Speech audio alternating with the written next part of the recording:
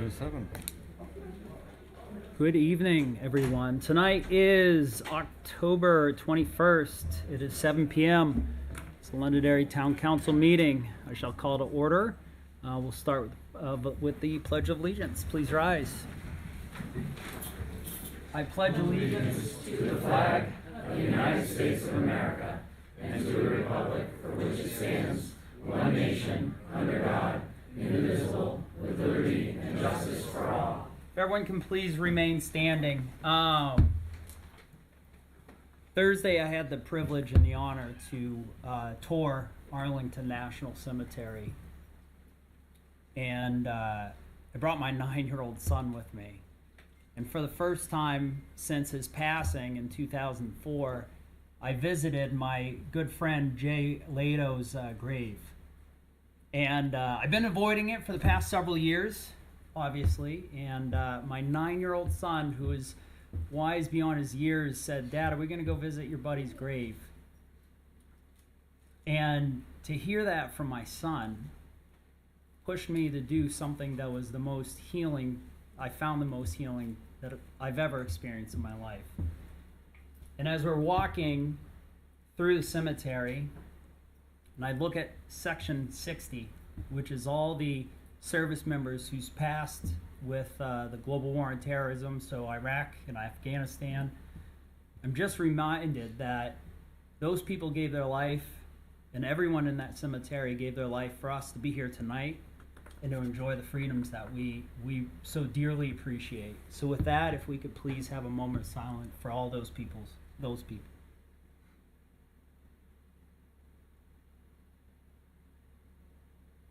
Please be seated. All right, folks, we're going to open up with public comment.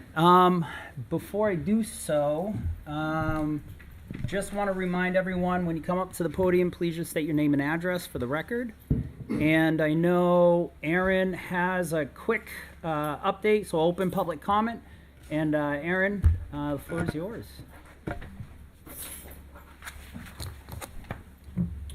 Good evening. Good evening. Before Thank you. Before you start, that same 9-year-old son is dying to know, how's Oscar doing? Oh, Oscar is doing, I know, in fact, I had some people ask me in the audience, Oscar is doing very well. Very well. Thank you. So my name is Erin Mallon. I'm the Leach Library Director here. I had reached out to the town manager and to you, Chad, for an idea that you both had asked for me to present to public comment tonight.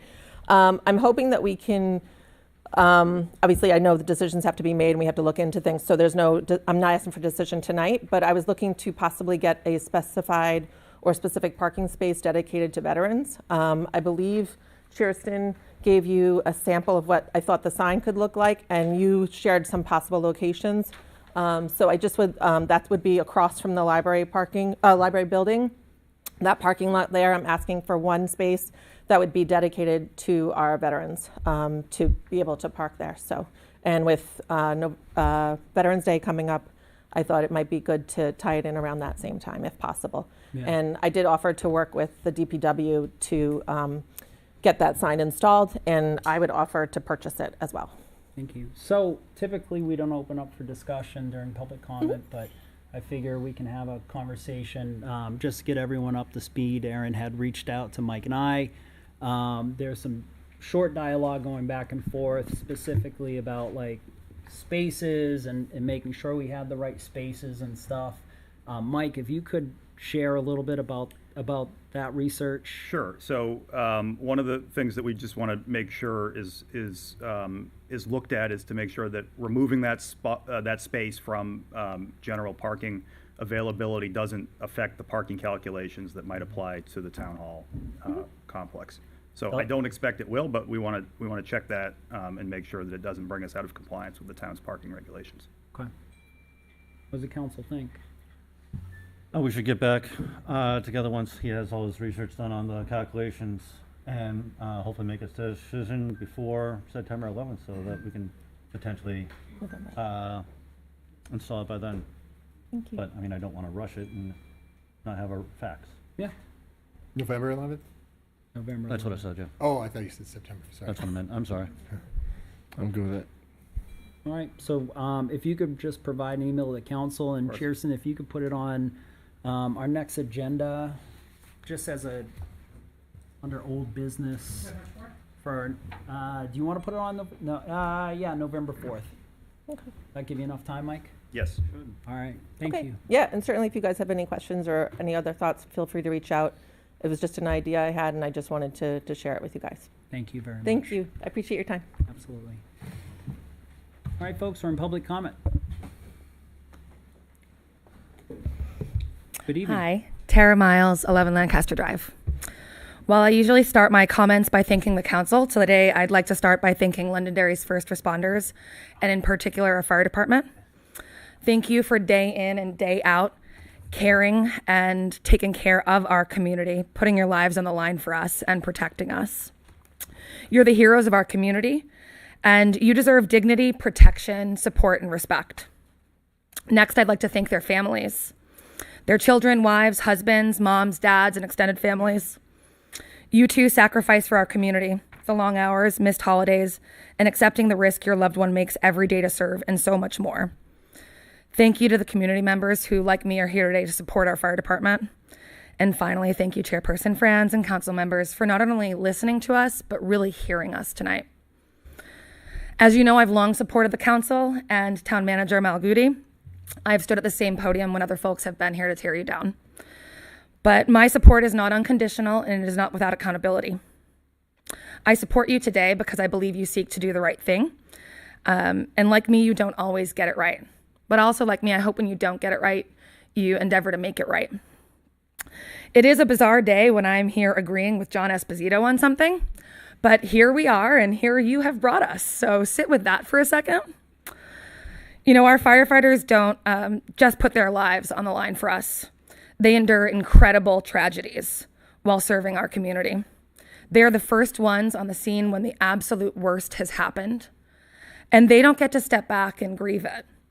They stand up, they act, they go to work to ensure the best possible outcomes for everyone involved. It would be in poor taste both to the firefighters and to the families involved to list out all of those notable incidents that have happened over the past couple of years, but I'm sure each of you, having been here for a long time, know many of them, and they're sad. And as I said before, you know, our firefighters deserve respect, dignity, protection, and support, and today that looks like appropriate staffing. And when not achievable through normal scheduling, overtime. We need to fully staff our fire department at all times and at a level based on our call volume, population, and other factors like our proximity to the highway and the considerable population of seniors in our community. We should look to our fire department and the National Firefighters Union to understand what that looks like. You are not the experts in this, they are. I read your statement and I was mad. So I gave it a couple days and I read it again as I sought to understand how I can support our firefighters. And when I read it again, I realized what a total misfire it was. When I read it, I realized that it spoke about you, what you have done for the fire department. It didn't address their concerns, but sought to excuse it away and quell the justified community outrage. It sought to position you as the heroes of funding, but it didn't address the budget shortfall we face today, and we face in fully supporting our fire department. This isn't politics, this is public safety. This isn't a campaign, and this isn't about you. This is about the men and women of our fire department and ensuring they have the means to serve our community, to ensure that after a particularly tough call, they're able to take the time for themselves, their mental and physical health, without worrying that taking that time that they may need away means their fellow firefighters are understaffed and at risk. Or that they must go in for their next shift because, well, the department just can't have more overtime. When you characterize overtime as excessive, you create an environment where those who need time away can't take it. You directly impact our hero firefighters and you directly impact their families.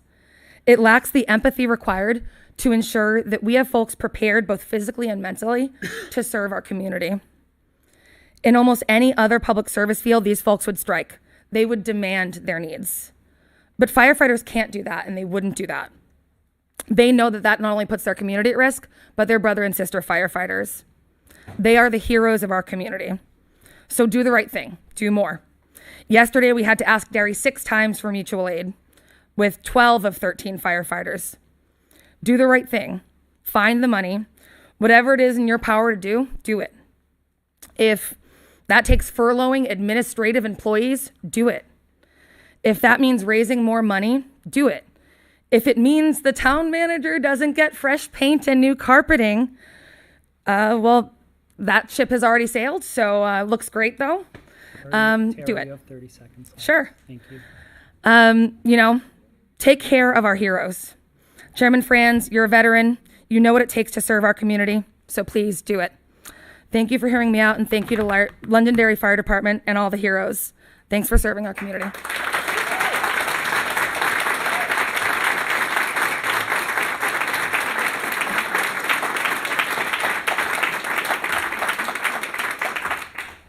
Mr. Chair, if I may, just for the record, clarify that that was my statement that she was referring to, not the town council's. Thank you.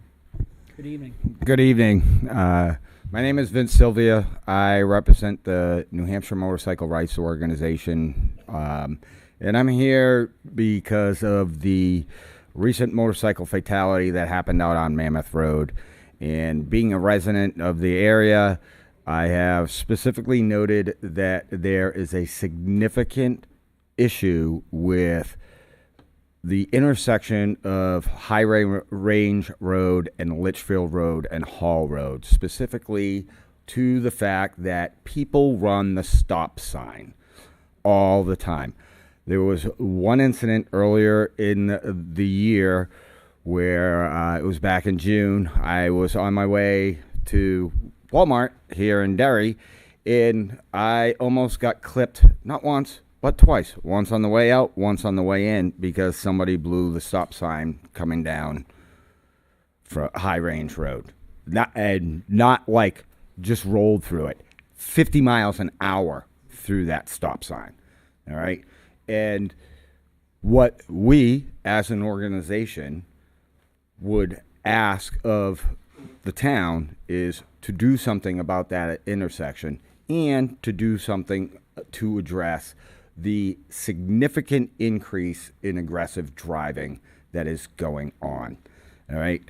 We have done a very concerted effort over the last 10 years or so to raise motorcycle awareness, so much to the point where we actually had a bill passed that inserted a 30-minute motorcycle awareness training into the driver's ed program, all right, that all new drivers are supposed to take.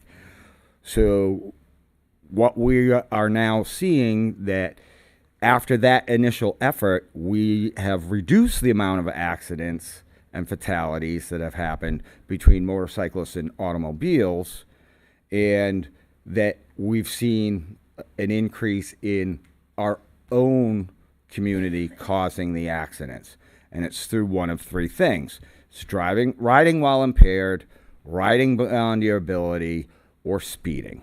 And we have taken a concerted effort to actually do something about that within our own community, within the motorcycling community. So we're making an effort to address those issues right now.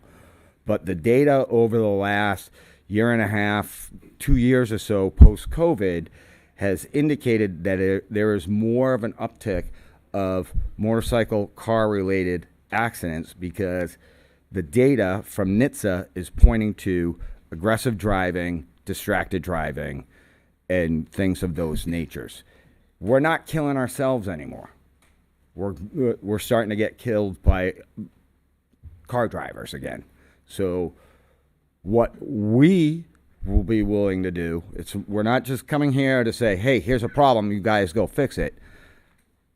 We've identified that this is the issue, okay? This particular intersection is way above anything else, and it totally needs to be addressed.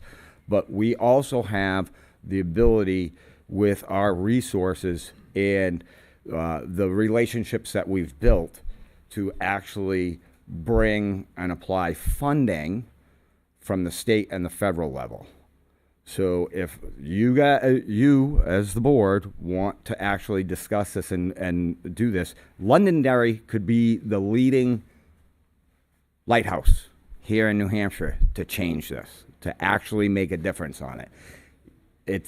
And we're here because of the location, all right? You have 93, you have Route 3 over here, you have Route 28. There's a lot of traffic that comes through this town, all right? And we just want to help you. We want to help ourselves. We want to help the community. We want to help you make this safer so that nobody else gets killed. That's all we want. So I've already been in communication with you guys, and if you need anything else, you want to follow up on this, we were very happy to discuss this. We have multiple resources that we can bring to bear to help you guys solve this problem. All right. Thank you for your time. Thank you. Thank you.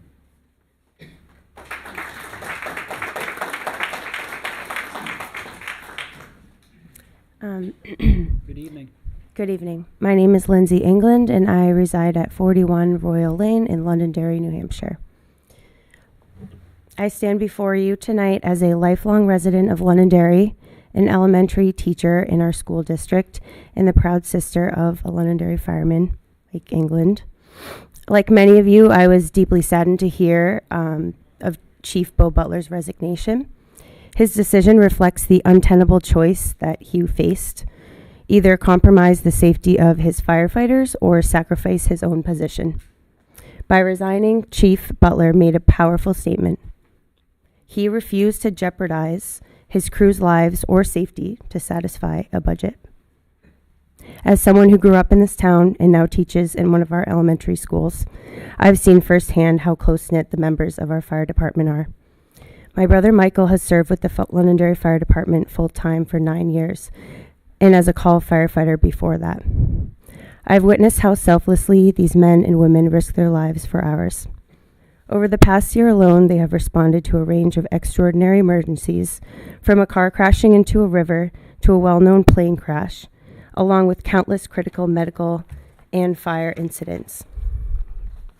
These are individuals who embody bravery and sacrifice, and as a family member, I feel the weight of that every day. I've heard the stories of my brother pulling a victim from a submerged vehicle with only a rope securing him as water surged around him after his equipment failed. He saved that man's life and his crew's. He was also able to come home that night to his wife and children. I also heard details of how Mike entered a smoke-filled cockpit covered in jet fuel to cut a pilot out of his seat and push him to safety. All the while, he knew his wife and 2 young children were waiting for him at home. When I asked why he puts himself in these life-threatening situations, he told me, because I know my brothers, my fellow firefighters, will have my back. Firefighters understand the risks they inherent to their job. They accept those risks willingly. What they should never have to accept is operating with reduced manpower due to budget shortfalls. These men and women sacrifice their physical and mental well-being for our safety every single day. The least we can do is ensure that they are properly staffed, as the town already voted to do so. Our priorities as the Londonderry community must be reflected in our budget. The safety of our citizens and those who protect us should be at the top of the list. To the members of this council, I urge you to reflect on the decision that Chief Butler was forced to make. I urge you to properly prioritize the health and safety of not only our firefighters and first responders, but also the citizens they protect by ensuring that the department is adequately staffed. Provide our firefighters with the manpower and resources they need to perform their duties safely for themselves and for the community they're sworn to protect. As this town continues to grow, the stakes are higher than ever, and the need for adequate staffing in our fire department becomes even more critical to ensure the safety of both our first responders and the citizens they protect. First responders are the backbone of public safety. They are the ones pulling people out of burning buildings, rescuing victims from car wrecks, and providing critical care in medical emergencies. How can their safety be treated as a mere line item in a budget? Our priorities should reflect in our budget, and if you ask me, the lives of our citizens and first responders should be at the very top of that priority list. They are not just Londonderry firemen, but they are also husbands, wives, fathers, mothers, and in this case, my older brother. As I mentioned, my brother knows his crew will always have his back. And their goal is not only to save lives, but to make sure every member of their team comes home safely to their families. This is what's at stake. The number on a firefighter's helmet is not just a line item in a budget. It is a badge of honor, a symbol of their courage, sacrifice, and unwavering commitment to serve and protect. Their value cannot be calculated in dollars and cents. It is measured in the lives that they save. Thank you to the Town Council for your time. And thank you, Chief Butler, for your leadership in putting the safety of my brother and his fellow firefighters above all else. I commend your courage, and I hope the entire town understands who you stood up for by stepping down. Thank you. Thank you.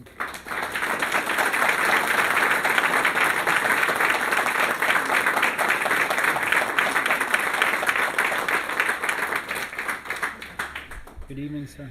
Good evening. Dr. David E. Walker, 5 Harvest Moon Road, Londonderry.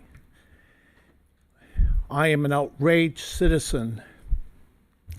My family chose to retire here 5 years ago because of the reputation of the Londonderry Fire Department and not being a volunteer fire department. Did not we vote 70% of the vote to fund the police department, to fund the fire department in the last election? Why are we here discussing firefighters and the community support when the community clearly has shown that support in their vote? Thank you.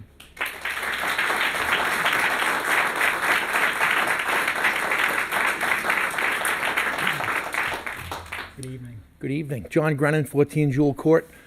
I came tonight. I normally don't come to these. I've probably come to 4 or 5 of these in 18 years, and I'm coming because of what I saw here at the last meeting. And I think it's incredibly embarrassing for this community, what occurred here at the hands of our local government.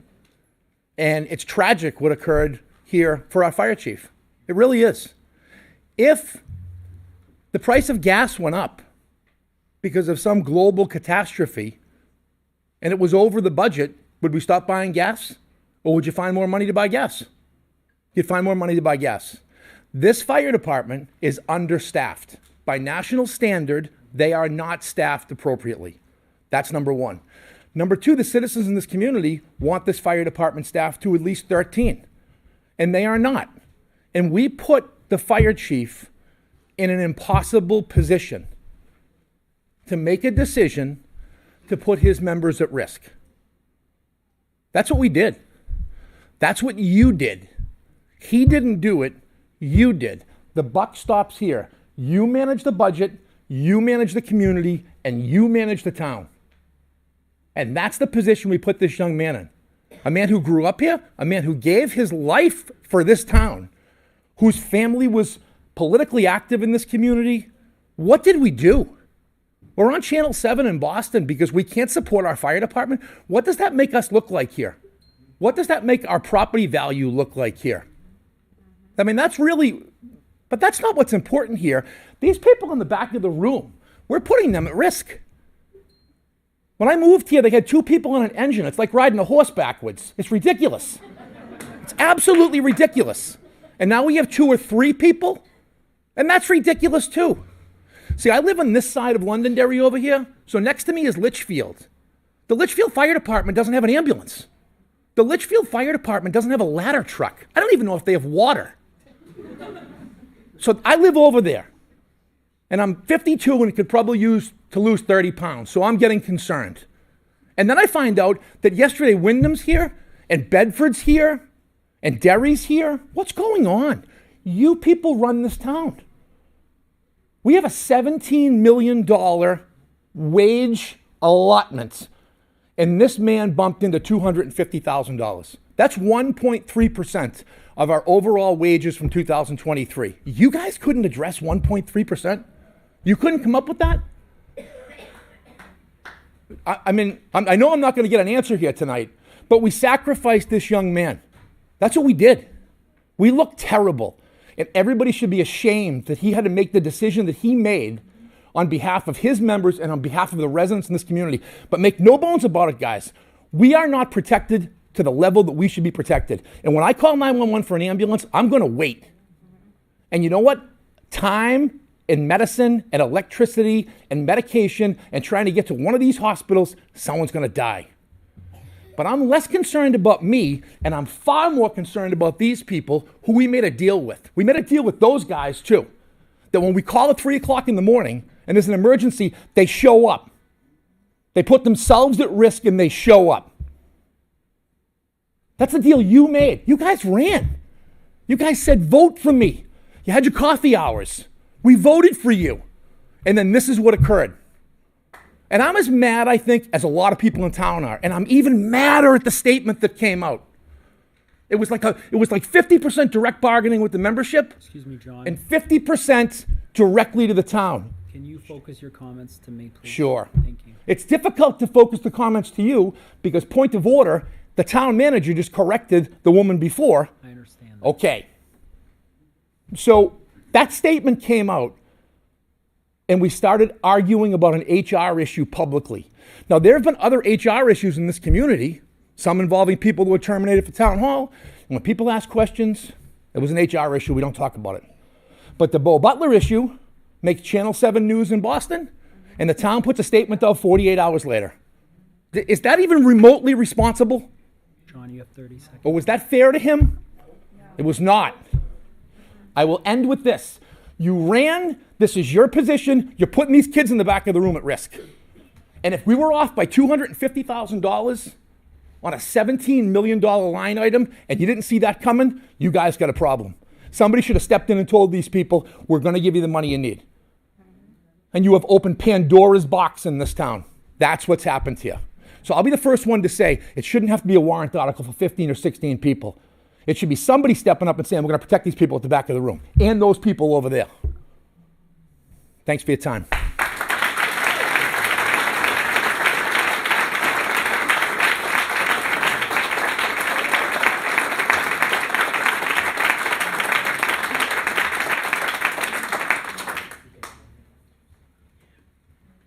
Hi. Good evening. My name is Susan Delisandro. I live at 459 Mammoth Road. I've never spoken at one of these, so excuse me, I get really nervous. But I just wanted to come here and voice my support for our fire department. I am really quite beside myself. I live on Mammoth Road. The amount of sirens, engines, ambulances that we have going by our house on a daily basis has gone up considerably. The amount of serious incidents that they're attending to has gone up significantly.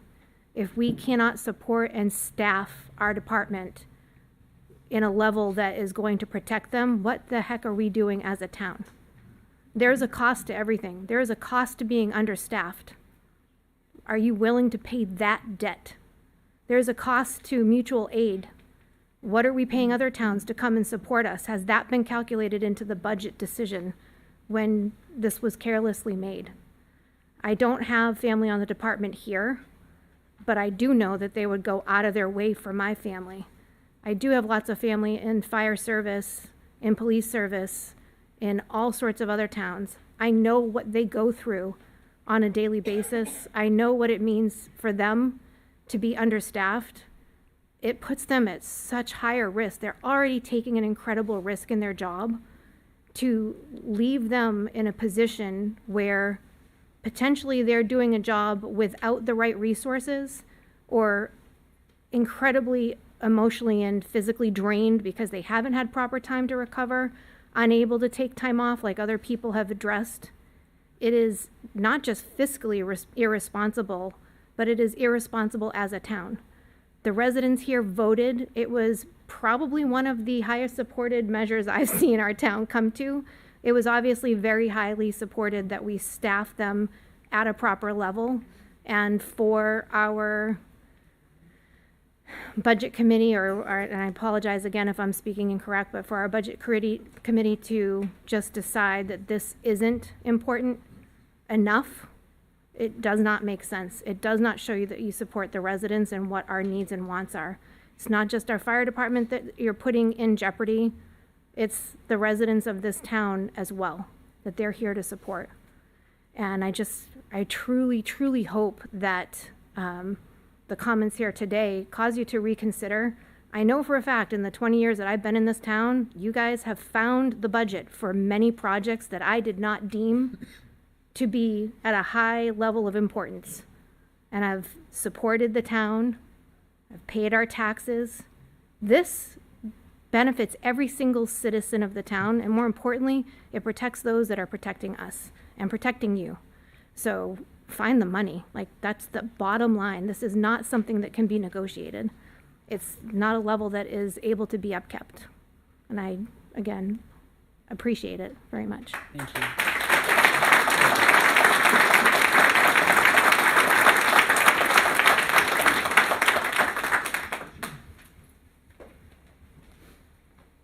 Good evening. Good evening. Good evening, councilors. I'm Ellen Brito, 19 Severance Drive in Londonderry. So I just want to voice that it's very disconcerting to me that yet another valued town of Londonderry employee has left their job for reasons that we always seem to not get the full story on. This one, maybe, a little bit more, but for Chief Butler to resign because he felt he was going to be putting his staff at risk, and if he was concerned about that, we should be very concerned. The men and women of the fire department are the people we depend on. I had an emergency at my home less than 30 days ago. They were there in 4 minutes, put myself at ease, took care of my brother, and you can't put a price on that. You cannot put a price on knowing these men and women are going to show up when I need them. So I'm just asking you that they deserve adequate staffing. They deserve our support. They deserve a chief like Chief Butler. I would hope that maybe the ship hasn't sailed and maybe you can find it to get him to come back. And that's all I want to say. Please work on this. Thank you. Thank you.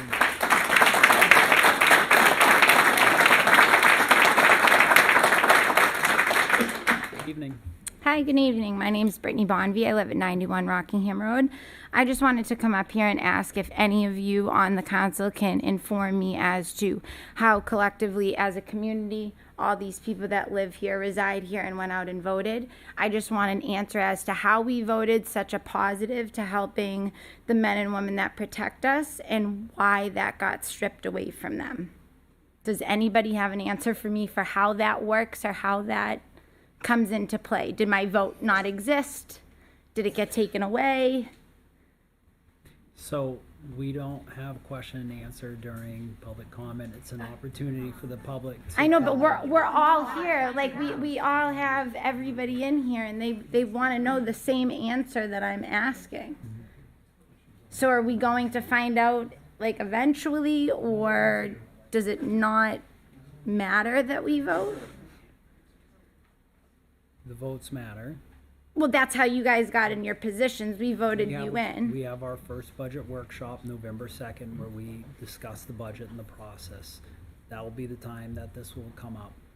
We don't typically have a question and answer for that, so this is for the public to comment. I think your question is an important one, and I want to hear from everybody here tonight and just try to formulate and think about. Like, I'm taking this in. I realize there's a community full of people who all of this is very important to. So I don't want to step over the top of anything anyone else is going to say, but I do think people deserve answers to questions. So I'm going to try to formulate all that. I appreciate that. But I want to hear from everyone. Absolutely, I appreciate it. And I just come here to support them. Obviously, in my family, I support them as well. Local on my shirt, local that I live in this community. And obviously, I have other people that live in other communities, and we do have to ask aid from Bedford or Hudson or Wyndham. It puts a strain on their department. So it's like, where can we be able to pull from the surplus that we do have here to give to the fire department that we did vote in. That's all I have to say. Thank you very much. Thank you.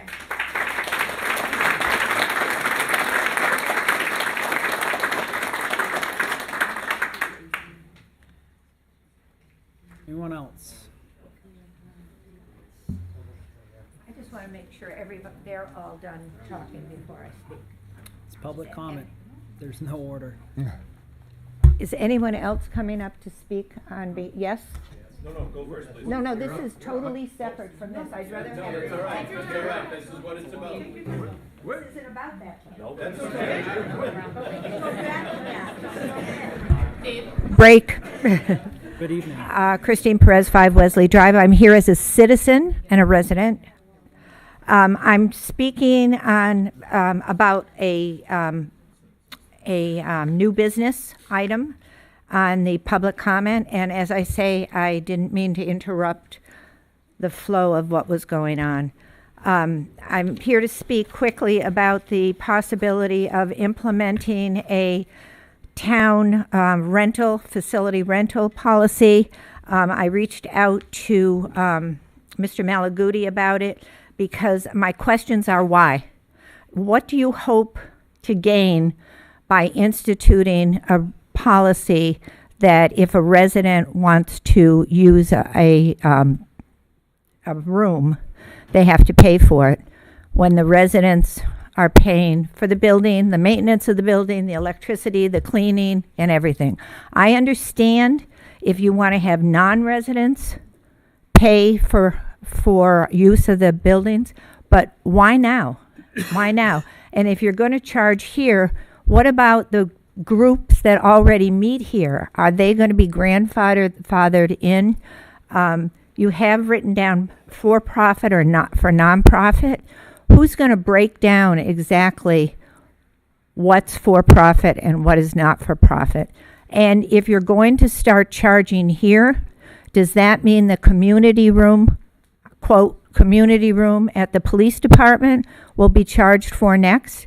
Does it mean that the library will be charged for next? I just don't understand what you're hoping to gain by doing this. I, as my other hat as a legislator, have meetings for the public to bring information to them. I make $100 a year. Am I a profit or a nonprofit?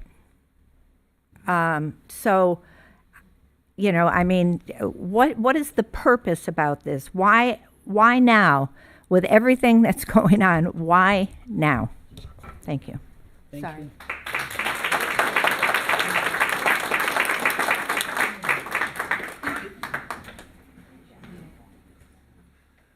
Hello, my name is Richard Jacobsmeyer. I lived at 60 Alexander Road. I speak on behalf of Chief Butler and his men and women because I know what it's like to be family. I was a 35-year firefighter in the city of Everett. I've only lived here for 9 years. I know I'm a relative newcomer. I was diagnosed with cancer 2 years before I retired. Spent that time disabled on the job. When I decided with my doctors I would never be healthy enough to do the job again, I retired. But those brothers and sisters drive up here from Massachusetts and take me to the Dana-Farber a couple of times a month. That's what this brotherhood is. And when a man like Bo Butler stands up for his people, you need to take and understand what he's doing. That's the first issue. The second issue, do I understand you're a veteran? Yes, sir. I assume there's a lot more veterans in this room. I'm a veteran. My father, my grandfather, my uncle. I come from a long family of veterans. And I take my right to vote extremely seriously. When I walked into that gymnasium across the street, I had 21 staples in my neck from my latest surgery 6 days prior. But I made it there to vote. And I believe my vote counts. And when 70% of the people vote for something and it does not happen, somebody needs to answer to us. You won't do it tonight, but you can't hide behind the ballot box. And I'm so upset right now with this because I take my right to vote so seriously I never miss a vote. And when I vote, I expect it to be adhered to by the community that I'm voting in. Remember that at the ballot box.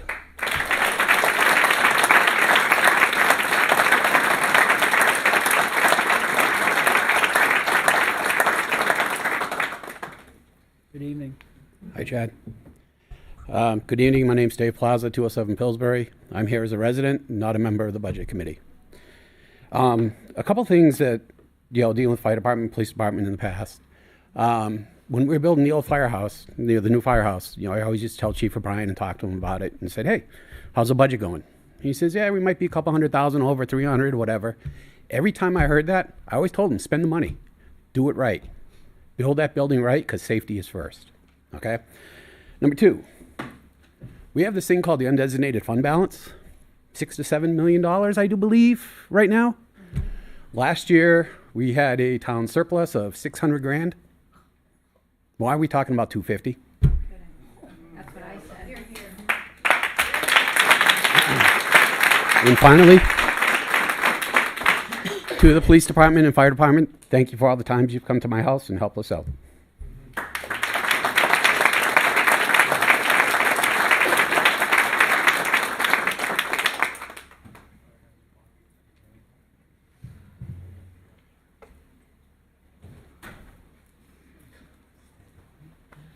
Erin Westling, 10 Hazelnut Lane.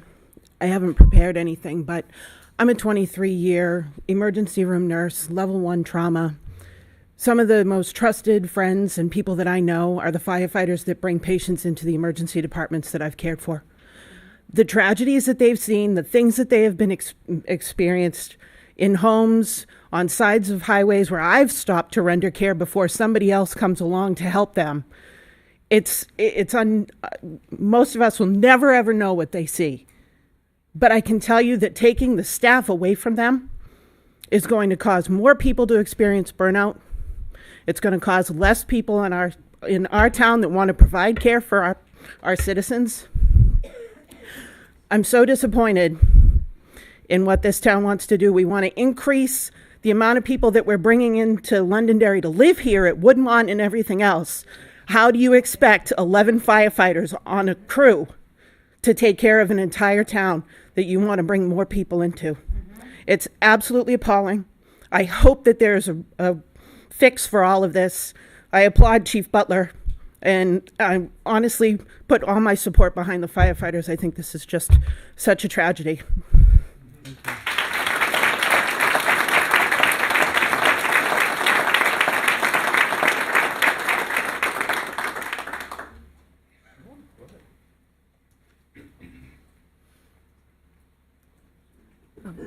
Hello, my name is Melissa Keys, and I reside at 312 Mammoth Road here in Londonderry, right up the street. There has been a significant increase in first responders. And then on top of it, reading the local newspapers, a new mental health hospital coming in. A few people, I think Sean voted to wait. And a few others. I've met Sean before. I'm sorry, I'm bad with names. There are a few other people who I should be crediting. To wait and get what we want from those developers who are going to take, so that we have the money to take care of our community, our first responders, our firefighters, our police officers. Bo Butler also said something about it in the paper, and along the lines of, they say it's going to be one extra call, but from experience, probably more like 12 to 15 on the first day is what he said. And then today, and then to hear about the resignation, are we not listening? Are we not listening to what the people who take care of us need? Can we slow down and listen to what they need and what we need? And then on top of it, 250 rental properties being developed on Pillsbury right up the road. I see that front page paper. I see all these new developments that look like they're going to be very profitable for someone. But if they're not profitable for us and we're not putting that money back into the firefighters, the police, the schools, what are we doing? Who's profiting? What are we building? That's it. Thank you. I don't want to waste anyone's time. I know it's late, but thank you. Thank you.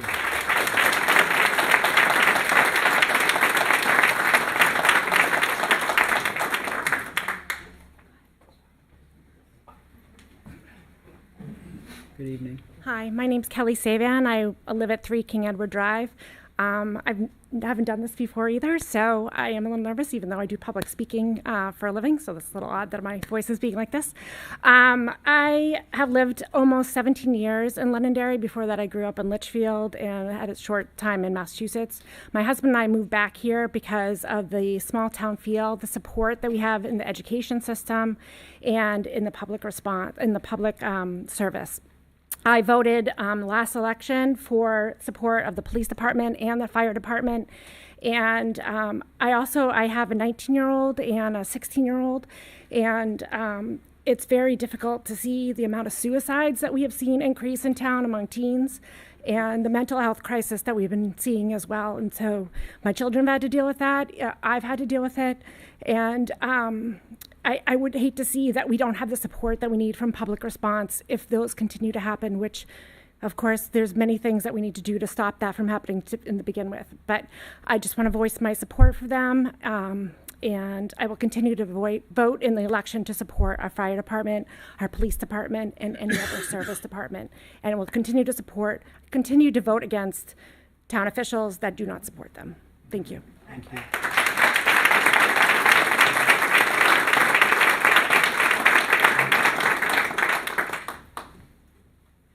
Good evening. Good evening.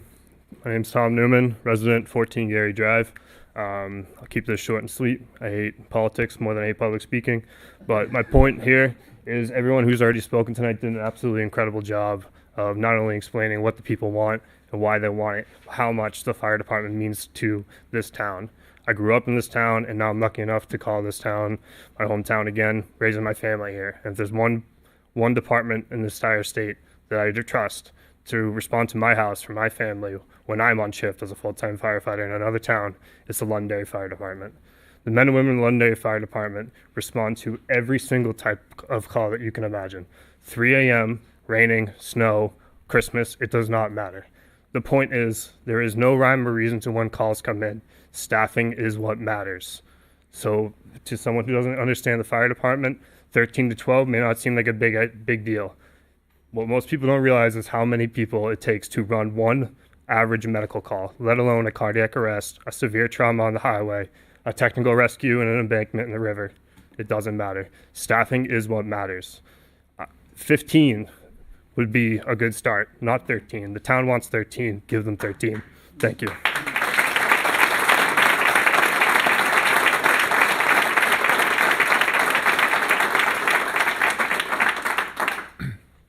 Good evening.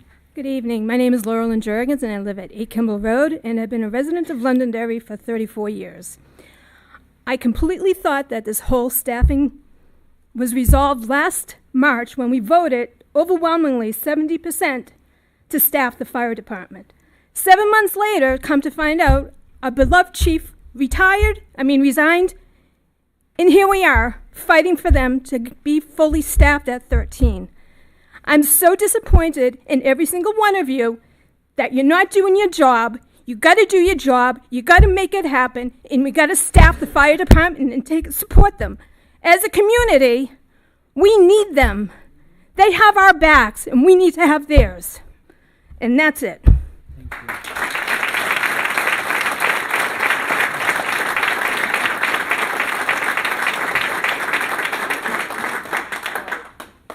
Anyone else?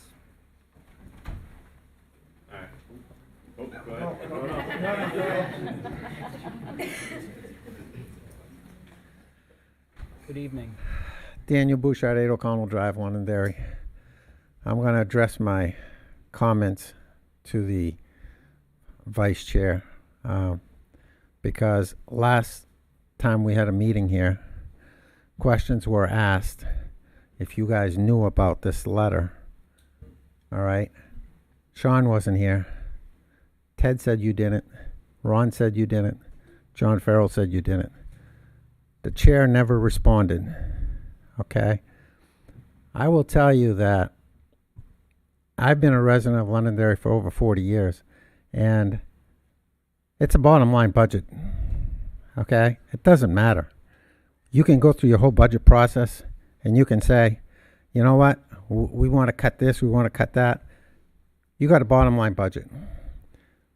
people in town supported 13 firefighters. Last meeting, you saw all the firefighters in support of their chief who resigned. Okay? Sean, you weren't here. You weren't aware. You weren't aware of what was going on. The chair was aware of what was going on. Let me explain something. Something came out about a letter. And my understanding, because I've done some digging, all right, is that the chair and the town manager were involved in this meeting with our fire chief.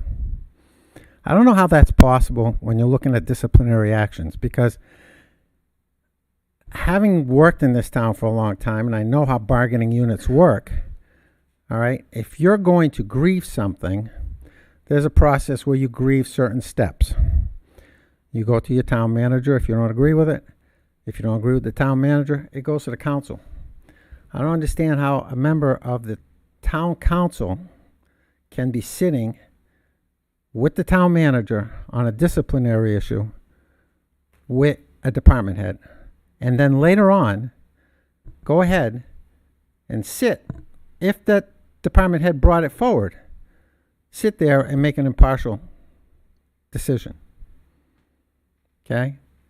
Something smells rotten about this whole situation. Okay? We should have never lost Chief Butler. Never. Okay? This should have never happened. The rest of the council should have been aware of what was going on. And I'm sad that that happened. I was really irritated when I read the letter from the town manager, you know, with his rebuttal. Always has to have a rebuttal. Okay? But I'll tell you what, when I read that rebuttal, town manager, the chair didn't provide us with all this stuff. The taxpayers did. The taxpayers are the one that paid, that wanted this stuff. We paid for it. Okay? So when you're looking at dairy coming over here all the time and all these other departments, you know, it should tell you something. Something is wrong here. We need to staff our personnel properly, whether it's the fire, whether it's the highway, whether it's the police. Okay? The last thing we need is some of our personnel getting hurt. Okay? And I hope that the town's going to get some answers. And I know, been here a long time, and it's always kick the can down the road, just ignore the people, it's going to go away. All right? It happened with the Gandy issue. All right? People ignored it and ignored it. All right? And you never got answers out of it. I'm hoping that we're going to get answers with this fire department. The fire department, police department, the highway department, all our public service, they need the support. It's a bottom line budget. Okay? I read today in Facebook, all right, that, oh, look, we painted this room for the town manager and we gave him new flooring. To me, that's not being, you know, Dan, you have 30 responsible. seconds. That's not being responsible whatsoever with the town finances. Not when you're looking at a issue with the fire department. Allocate your money properly. All right? I don't see where flooring has a priority over supporting these gentlemen and these ladies. Thank you. Thank you. Thank you, Dan.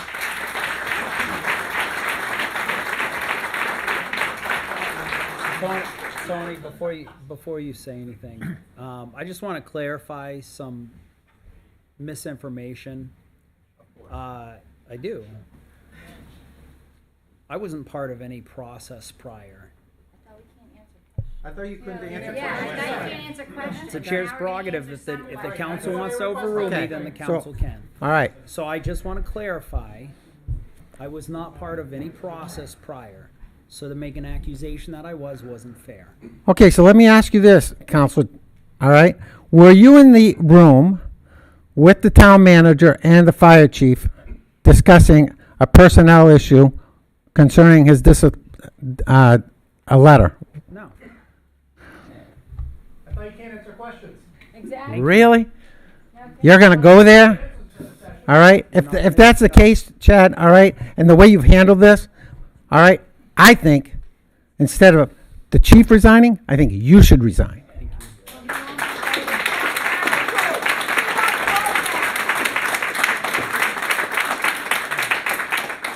Thank you for that. Sorry, sir. All right.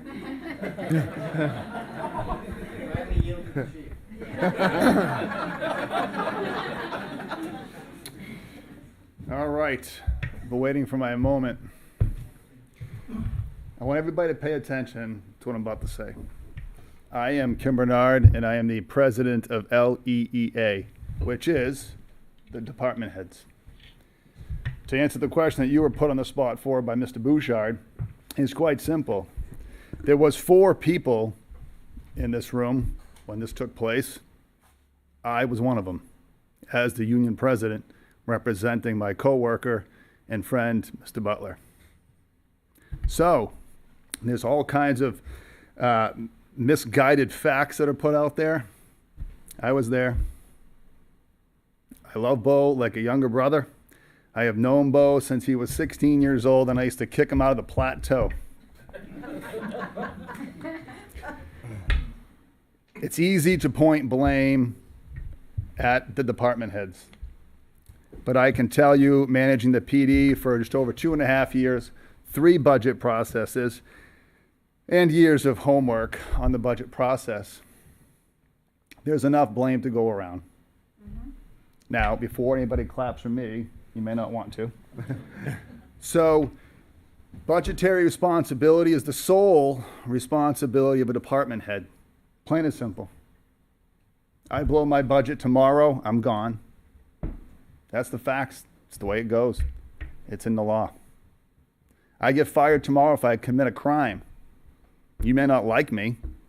I may not do what you tell me. But as long as I come under budget, I'm good.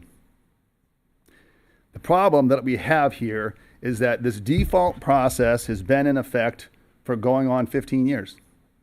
So what happens is this. I hate to give a lesson today, but where's Chris Schofield? Chris, union guys, I hear you. Hang tight with this. This is a 14-year problem. It's not a last year's problem. When we come to the budget process as department heads, it's our responsibility to present a budget to the budget committee, members of the town council, that we think are the needs for our agency in that fiscal year coming up. Our budget process started for us at the PD back in July. We're ready to go for Thursday when we meet with the finance director. I don't want to give all my secrets away, but I'm looking towards an increase of $300,000. And that's being conservative, because that's what I do. The problem that I have is when I hear other people suggest that you just take it from somebody else. I want to share facts. Last year, during the budget freeze, I was not happy. My staff was not happy. We haven't increased staffing at the PD in 24 years. That's how long I've been here. We've remained the same exact staffing, 3 patrolmen on day shift. We figure it out. When 2010 happened, we had a reduction in staff. We went from 72 cops down to 64. We act like adults, we figure it out. We manage our budget. You manage your personnel. You got to be creative. You got to find ways to adapt, figure these things out. While the town does approve a budget line, you guys hear us, whether or not we present it in an accurate way, that's on us. I pride ourselves as the PD of the historical education that we received for years on end about proper budget management. We were always told, $1, you're out the door. I'm telling you, and I'm trying to share, these fellow department heads that run every department in town sacrificed last year. We did. DPW did. Public Works and Engineering did. Code Enforcement did. Art and Parks and Rec did. And I'm sure LFD did too. There is no easy fix. Well, everyone loves the word transparency, so I'll just say it. They want you to tell the truth until they want to hear it. I bet you we're about $2 million underfunded across the board.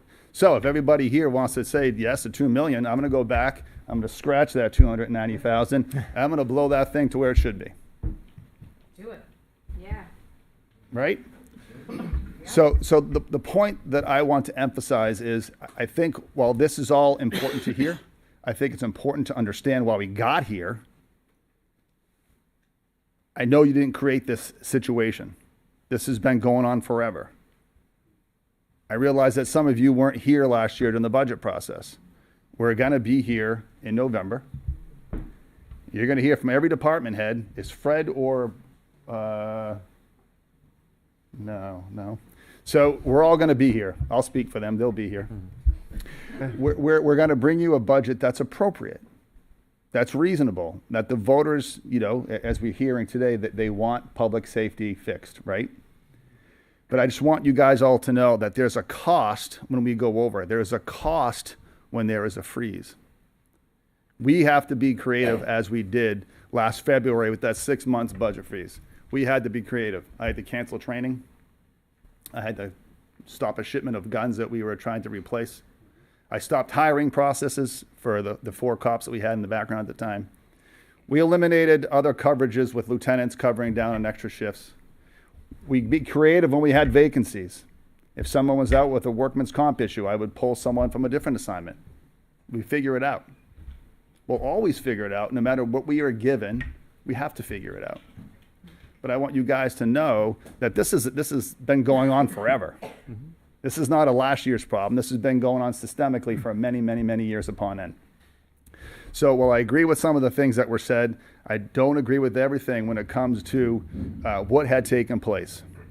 And while we always talk about integrity, saying and doing the right things, and leadership and honor and leading and all these things, some of the things that have been said about what happened with Bo is not true. Bo and I were in the room. I won't get into specifics because I don't want to violate any privilege.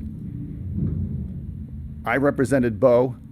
Bo was never threatened to be suspended for not reducing staffing. That was never said. I was there. And if you don't believe the police chief, I don't know who you're going to believe. I was there as the union president. There are situations that we all try to work through as department heads. We communicate with one another. We try to see what each other are looking to do. Would I love to put a carport and protect all the cruisers? Because now that's like around $1 million for 27 new cars. I would. Does it make sense? Probably not. Would we like to do an addition on the PD right now because we have no more locker space and we're at max capacity? I would, but I'm not. Because I know my fellow men and women that work over the DPW shed have been working in a rundown place since the 70s. They need something. So while I recognize that every department head up here has made sacrifices, I know that individually you guys all know that too. But not everybody else does. Not everyone knows that. Being a union president is very hard. It takes a lot of responsibility. It takes a lot of teamwork. It takes a lot of courage. But it also takes, the most important part is listening to your bosses too. Mike is my boss. You're all my boss. During the budget season, you are the only boss. And I will say this about Justin. I know a lot of people were angry with him last time. I am on a limb here by myself over a moat of alligators. This man will help any department head at any time. I've been there. I've been told no, we figure it out. I've been told wait, I wait. I've been told let's be creative, let's see what we can do. That's what we do as adults. That's what we do as responsible department heads. I think that this is so important that it's unfortunate that it happened in the way that it did. But it needs to be said, and I think the time to do this is to take this energy that everyone is bringing today, convert it to the budget season as department heads with true numbers so we can give you massive migraines. And then, unfortunately, you're going to be the most hated man when you tell everybody that their taxes are going to go up to 22 something per thousand instead of the 1852 that it is, and then they're all going to hate you. But this is, I know what you're going to say, but then what do we do, right? No, so it's just like we just keep building and building and building, and I've done a lot of research, and it does depend on what your age is and what you pay for taxes. And what bothers me is that some people that are on these committees don't even live in this town. Well, I can't speak on any of that, but what I can tell you is that from the department head standpoint, we're all going to get together, I'm sure, during the budget process. We'll put our heads together. I just want to say that I realize that there's a lot of unknown questions tonight, but you're going to have the cooperation from all department heads. We'll figure this out together, and I apologize for creating work, but I'll see you on Thursday. I believe everything is ready to go. If you guys have any questions for me about any of this, if not, I'm going to go sit back over there and take notes. January 31st, in the town manager's conference room. Can you speak at the mic so that people Can we hold on a second? Well, we're gonna. You guys want facts? Can we hold We're on a facts. second, please? I don't want to get in the back and forth. I'm just. Chris, you don't want to get in the back and That's forth. fine. I'm just gonna. I'm gonna dispel. All right. Chris. All I'm gonna say is January 31st, upstairs, second floor, town hall, town manager's conference room. Chief Butler, in fact, 100% on both my kids, was threatened by town manager Malaguti that if he went over budget, there would be a hard decision to be made. Everybody can read between the lines. There was Tara Koza was in the room, Justin was in the room, we had our Union E board was in the room. I swear on everything that threat was 1,000% made. So you were not in the room as the union president. He's talking about January 31st. I'm under the impression that the conversation was directed at the most recent chain of events. I don't know about last year There's been because additional I wasn't there meetings, last but year. Thank you. Are you guys good with that? You good? Good? Thank you. Thank you. Anyone else? Tony DeFrancesco, One Cheshire Court. I want to talk about puppies.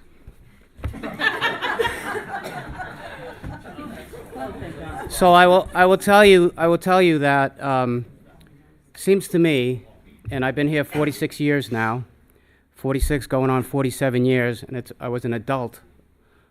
Some would argue with that most of those years. The fact is, it seems to me, and I could be wrong, but ever since we went to SB2, we've had problems with overtime budgets. For all of these folks sitting in the front row to my left, you're right. There comes a time when we have to stop making budgets that get people reelected.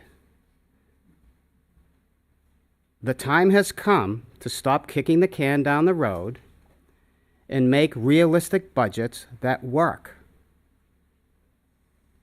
We hire people and we pay them a lot of money to manage departments, but yet we don't give them the financial resources to be able to do that.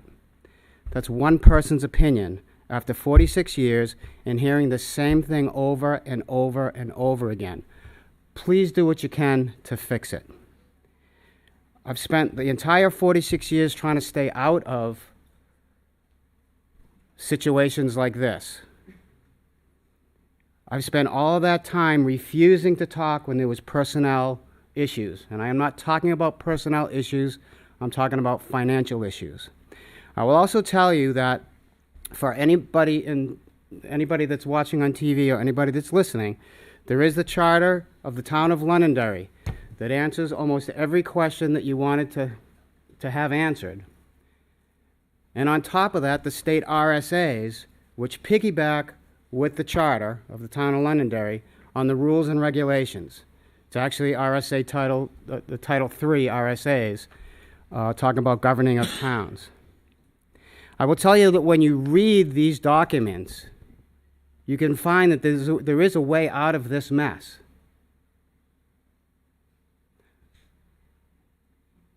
Find it.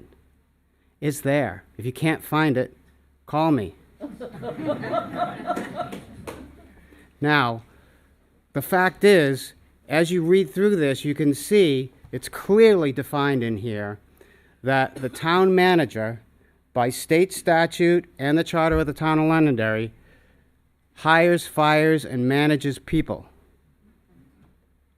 The town council manages the town manager. please manage quieter. We don't need to be on Channel 7 News, as was talked about earlier. This is a big embarrassment for all of us. All of us have egg on our faces. Nobody wins. Some are bigger losers than others, but we're all losers on this.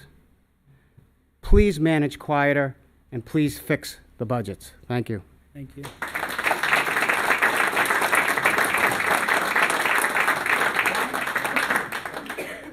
Can we is it all right with you?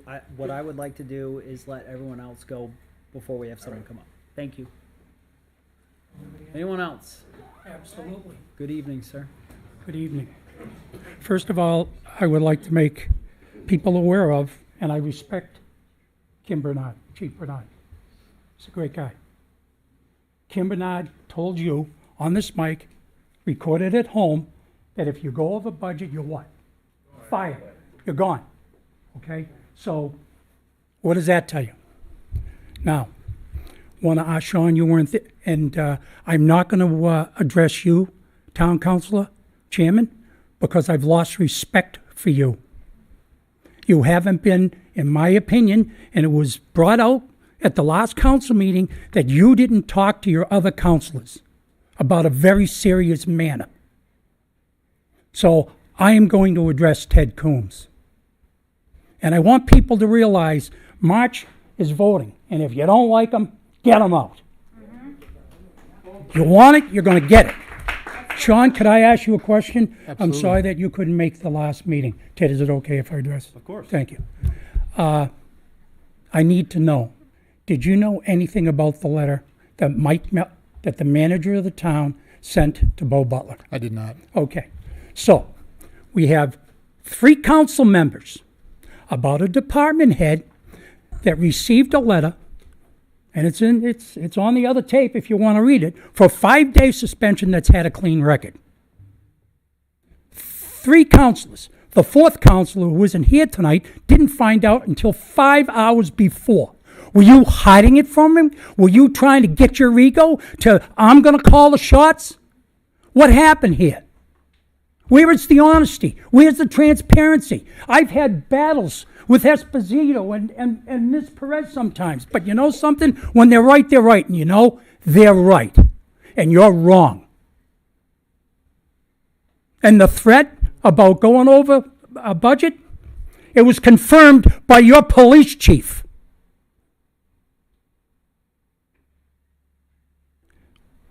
Chief Butler didn't always follow the rules when it came to what do you want me to say? What do you want me to hear? The town manager, he's the one that's supposedly operating the town.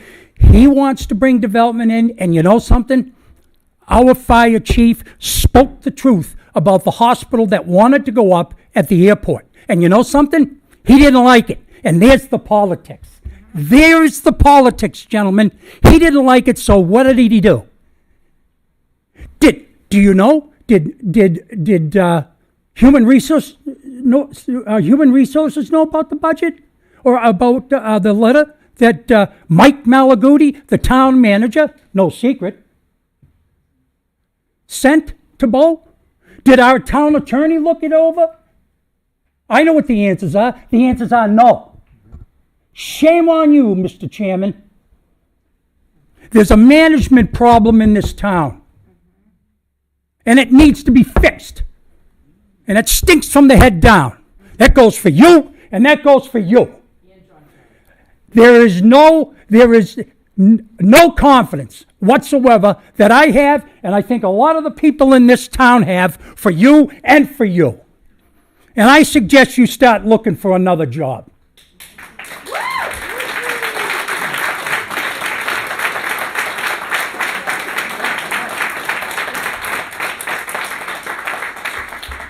One minute. I just wanted to clarify a comment that because of Chief Bernard's comment up here, which was very well received and articulate, whether it's Mr. Wally or it's Chief Bernard or it's Chief Butler, they all need to be equally funded and correctly funded. What I heard tonight was the chief, quite responsibly, had to sacrifice training because mission first.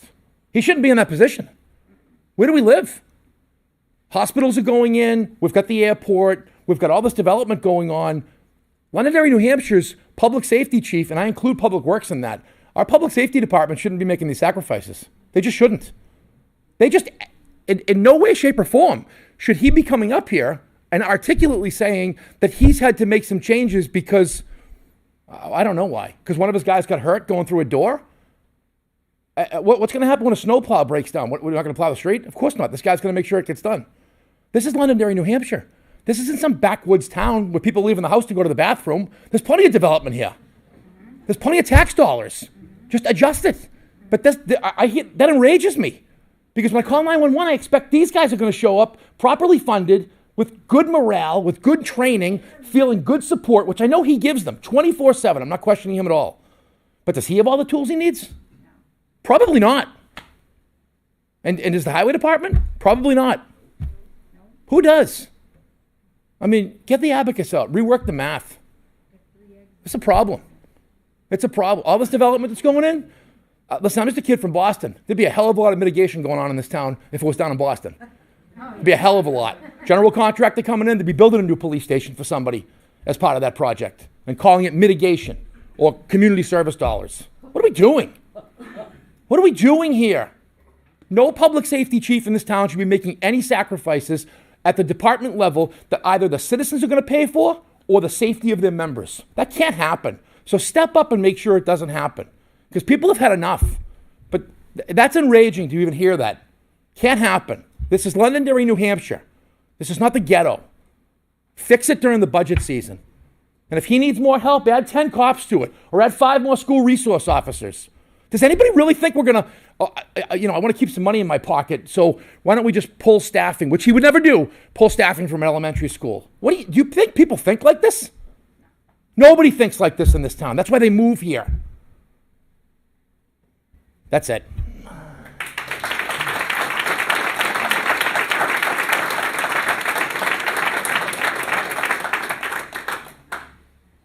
Anybody else?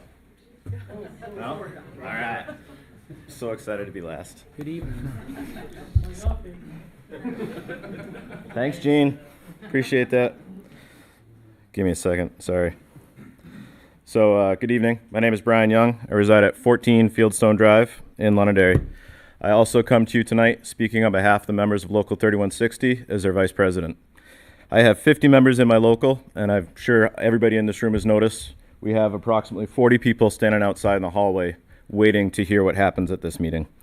So, first and foremost, I would like to ensure the citizens and visitors to the town of Londonderry that we are honored to be able to respond, to assist you when you need help. And regardless of what is going on here, we will continue to respond to every emergency and every call for service with the utmost of professionalism, because that is our job, and that is what we have committed to do. So, we've heard a lot of support tonight, and I want to say thank you to every single person that's here, every single taxpayer that's gotten the nerve up to stand up here, because this is intimidating. It's super fun, too. So, on March 12th, 2024, the town of Londonderry held its annual voting. Article 15 was the warrant article that we are all here speaking about. There was 2,784 votes for and 1,426 votes against. That was for a total of 7.7 cents per thousand added on to the tax rate, to a total of $495,000 to bring up the department to 13 members per battalion. Now, the verbiage of the warrant article, I believe, contains the word intent. The intent is to bring it up to 13 per battalion. Those members didn't start until September 16th of 2024. So that's 2.5 months that those salaries were not used. So there's a little bit of money. Also, Firefighter Carrier retired in August of 2024. There's another month of salary that needs to be used. We have a member out on workers' comp. Now, I believe that the town gets reimbursement from Primex for his salary. There's some more money that can be used. So there's some solutions, not just a problem, but some solutions to this problem. Now, if we want to get into comparing for things, because I know that the town manager feels like he needs to be fiscally responsible, which I appreciate because I am a taxpayer, the overall budget was supported in the lesser figure by 2,812 votes to 1,395 votes. The difference between the default budget and the lesser funded budget was $41,824. Now, these taxpayers behind me that are showing support because they felt like they stood behind a cause and they felt like their safety was important, realized that over here in this budget, this is a good number for us, but we want to be at 13 members per battalion because that's what's important. It's their safety. It's my safety. It's my ability to go see my kids. So a little history lesson because Chief Bernard, preached a little bit, so I'm going to preach a little bit too. NFPA 1710 recommends that we get 15 firefighters to a residential house fire within 8 minutes. For the most part, the town of Londonderry can do that with 12 firefighters in about 8 minutes. Geographically, it's a little challenging. We use a little bit of automatic aid to fill in the gap, but it's still something. So we think, and I think it's a great idea, and I'd like to see this at least talked about at the next meeting, maybe as an agenda item so we can get some answers to some questions. One, what is the town manager's plan to get the department up to 13 members per battalion within this current fiscal year? I think that's important, and I think that we're owed an answer to that question. Two, maybe he should find the money for a study to see what the fire department and the police department should be staffed at for a community of this size with the risk hazards that we have. What are we going to do when 30 Main Street catches on fire or the Baldwins catches on fire? I can tell you that NFPA 1710 says it's a much bigger number than 15 that needs to be there to mitigate that problem. So I want to see answers to these questions. Now, some long-term solutions, because we're about problem solving, not about just pointing out the problems or arguing on Facebook. New Hampshire Revised Statute 31:95-H allows for the creation of a revolving account for the fire department. There's a lot more legal mumbo-jumbo in there that I am not qualified to talk about. However, this might be something that instead of taking and putting our ambulance revenue into the general fund, maybe that's something we put in to replace the apparatus. The other question that came up in some of the discussions I've had recently is creating a town-wide sick bank, if you will. So that way, when one of our departments, the fire department, the police department, we get hit with a catastrophic staffing shortage, such as somebody being deployed, somebody being hurt and out for a long time, somebody suffering from cancer, maybe we should put some money into that account so it goes in the default budget. It's not the fire department's problem. It's not the police department's problem. It's the town supporting our own. Some solutions to problems. So, most importantly, we're up here trying to find solutions, not just point out problems. But one of the solutions is to honor the will of the taxpayers and show them that what they asked for is important. And show that you honor the 50 members of Local 3160 and you respect their service. And hopefully, we can find a solution. I look forward to seeing you guys again in 2 weeks.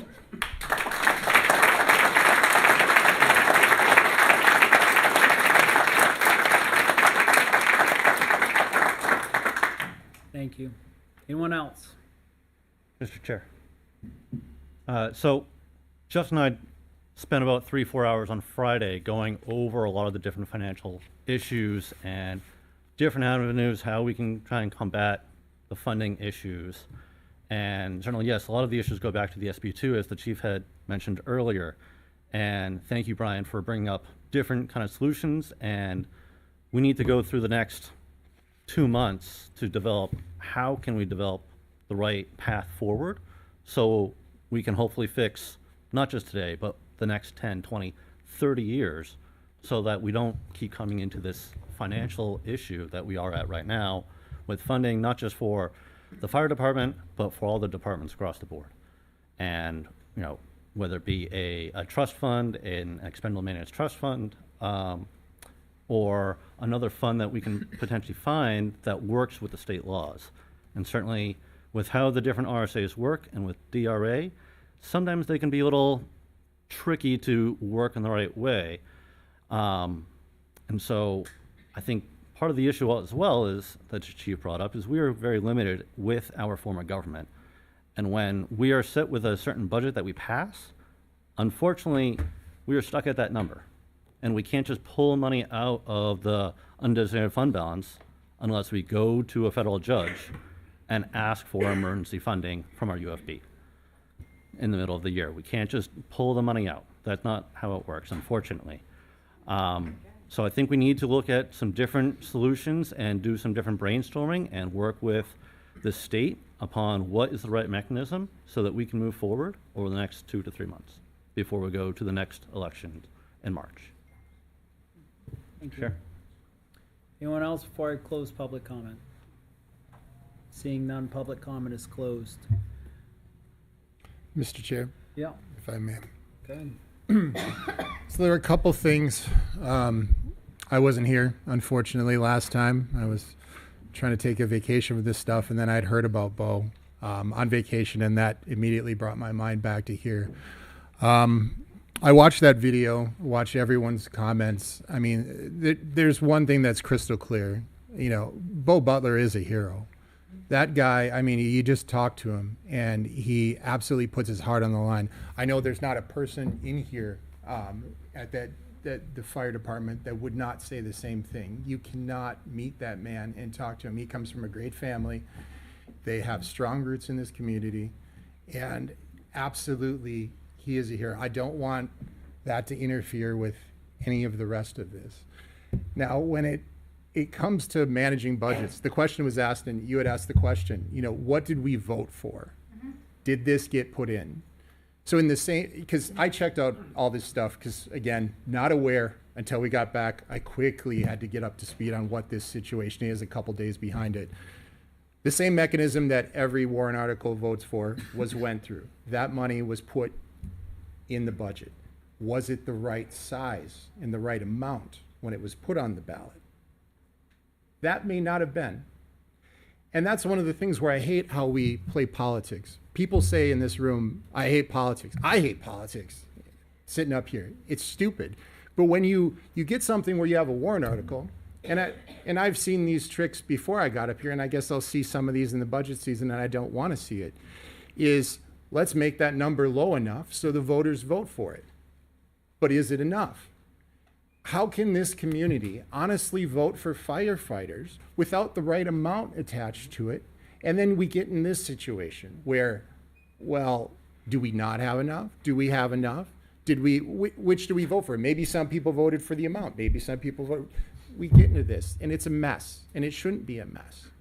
But the next part was, will this community be covered? Are there citizens in danger? People come into this room, and you know, I'm sure there's some people that have got concerns on their mind, like, are we going to be taken care of? And I'm glad, you know, Ryan spoke up here. No, our fire department will take care of this community. This community is covered, and people don't have anything to worry about. And it's going to get taken care of. They're professionals. They work at that. The other part that I hate about this whole situation, anything inevitably becomes political. And that's a shame when it comes to stuff like this. And that's where I don't want Bo's struggling with this, for his commitment to his people, to get mixed up in dollars and cents. And now we've moved on to that portion of it. And I really don't like that got mixed up in this. Inevitably, money gets mixed up, emotion gets mixed up, and we need to do the right thing for this. I went and I checked on the budget to make sure the mechanisms are there, because if we have another fire chief, are we going to run into this situation? We have ways, and Chief Bernard, and I've talked to him about this, and he knows how to manage this and get this through. And we can work with, you know, whoever sits in that chair, we can work with them to get this through to make sure that this problem does not happen. We're going to get on top of this. We don't direct personnel per charter. We don't direct department heads. So that's also part of the being unaware. I hate that. I hate that in my job, being unaware of things. But, you know, we're going to get on top of this. We'll do the best I can. If you have questions about the budget and you want to get specifics, nobody really wants to get in specifics. I know that. But if you want to go over the numbers, give me a call. This is something that's concerning. Let's just get the facts through it. Let's walk it through it. You can dismiss me as a dirty politician making a speech, but I'm honestly just trying to tell you the best I can so we can get through this as a community together. Budget season's coming up in a couple weeks, so just hang in there. This is a rough situation. We're going to get through this as a town. Thank you. Thank you. Anyone else? All right. Can we have Bo Butler back as our chief? We're not here to discuss that tonight. So,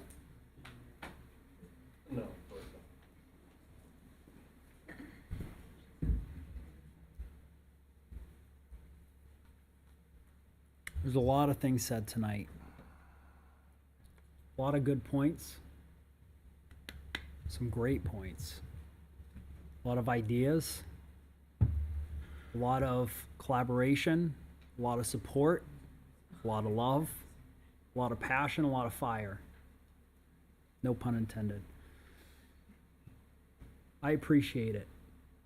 I appreciated the targeted comments. I appreciated the support for Bo. I'm committed, and I'm not speaking on behalf of the council, I'm committed to doing what's right. We have a process for a reason. We have a process we have to follow. I want to follow that process.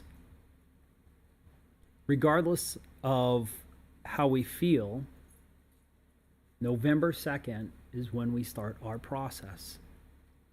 And I ask you to come and help us collaborate so we can follow that process. Because yes, your vote matters. Your opinion matters. Your ideas matter. And it's not about me.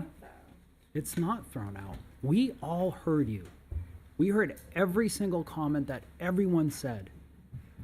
And it matters. Can you answer to me how it got dispersed then? I don't understand your question. If we voted it in and now all this happened, I just want to know why the vote didn't count. That's what I'm asking. I'm asking on behalf of So- everybody in here agrees with what I'm saying. I just want to know if we all go to vote again and everybody wants to vote everybody out of these seats, is that gonna hold? Yes. Justin, I'm going to have our finance director address that question because he is the expert on it. I would love it. Thank you. So in the operating budget, we had budgeted for 43 firefighters. The additional firefighters from the warrant article would bring us 13, would put us at 4. Right now, we currently have 47 budgeted firefighter positions, and 46 of which are filled. The one that is currently not is the firefighter that retired in August, which from my discussions with fire administration will be filled in December. So they're there, they're hired, they're on board. There's one that we're missing currently. Okay, so you guys have a plan to put somebody else in there? From my understanding, that individual is currently going through the process, and we should have them on board December, January. I can't speak to that. I'm not. Right, because we don't know what's going to happen by then. Anything Correct. could happen. Come on. Can we? Oh, sorry, it's not my mic. Can we? So- Brian, before. Okay. I'm fine with allowing Brian to talk. I just don't want to get in a back and forth. No, I just have a very quick question. So you said your budgeting was for 43 firefighters prior to? And then adding 4 more puts us to 47, correct? Correct. What is 13 times 4? I know, it's 48. Okay. So, but that's one short of 47. Can we please? So please, I'm glad you enlighten me, asked. please, because I'd like to know how 13 times 4 doesn't actually get us 13 times 4. Absolutely, I'm glad you asked. Can we please keep the crosstalk in the room down, please? Thank you. So the fire administration had determined that, if you remember previously, you had 1 chief. Correct. Currently, how many do you have? 2. So previously, no, currently, sorry. All right, Including so Bo, how many do you have? we have 1 fire chief, 1 assistant chief, 1 deputy chief. Correct, so there's 3. Yep. Previously, it was determined that a second deputy chief was required and Okay. needed temporarily. When Bo took over, he made the determination that that position needed to stay. Initially, that position was supposed to drop back down to a firefighter and a part-time administrative assistant to help with the administrative work. I believe that the fire administration knows how to manage the fire budget better, not fire budget, fire personnel better than I would, so we defaulted to his understanding on that. I wrote the warrant article on purpose, so that way, should we have the ability to add the funds to get you back that person, with the approval of the town council, we would be able to. Okay. So that was the intent. That's why it's 13. It doesn't specifically state 4. Perfect. Can we get the town's attorney interpretation on the warrant article to make sure that the math is square? Because I don't know what you mean by that. well, the 13 per battalion, that doesn't reference anything in administration. And to the town managers. I well, guess the other question I have is, why does the deputy chief not count towards the line? Gentlemen, So just, and gentlemen, Okay, gentlemen. that's fair. It was a legitimate question. 2 seconds. That was turned into one of the deputy chief positions. So, and then to the town manager's point, that in his rebuttal, if you will, he posted that we have 1 fire chief, 1 assistant chief, and 2 deputy chiefs. 1 deputy chief. That's not what his post. Oh, okay. So, I would like some clarification, please, from a taxpayer standpoint and from a member of Local 3160 about how we're going to get to the 13 members per battalion, as well as keep the administration that the town manager says that we have. That's all. Thank you. Thank you. All right. Shall we move on? Appointments, reappointments. So appointments to up to 2 alternates on the Heritage Commission. Term ends 12/31/2024. Mr. Chair, would you like me to wait until the Yeah, next? we'll wait a couple minutes. Thank you.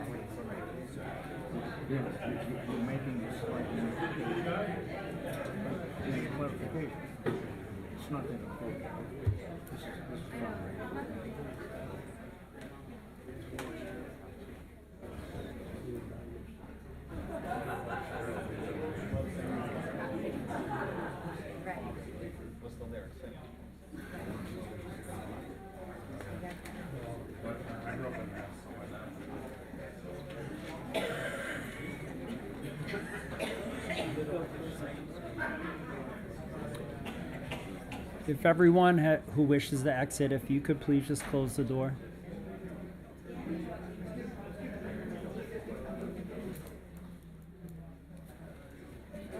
Mr. Douglas, would you mind closing that? Oh, thank you.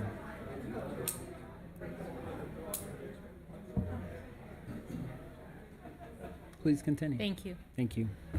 So this temporary appointment to end the end of December for the Heritage Commission is due to the fact that because of the current role of the Heritage Commission's position in relation to the planning board and their role in consulting site plans, providing advice and feedback, there comes a need to often call special meetings this time of year, and it can be very difficult to get a quorum for the Heritage Commission because they generally only meet every other month. Mm-hmm. So both the state law and the town charter permit up to 5 alternates on the Heritage Commission. There's currently 3. So while we examine this, the need for this many alternates long-term, we are asking that you approve the appointment of Derek Deanna to the Heritage Commission until December 30th, 2024, in order to help support them during the time when they need to call quorums more frequently. Do we have any other applicant?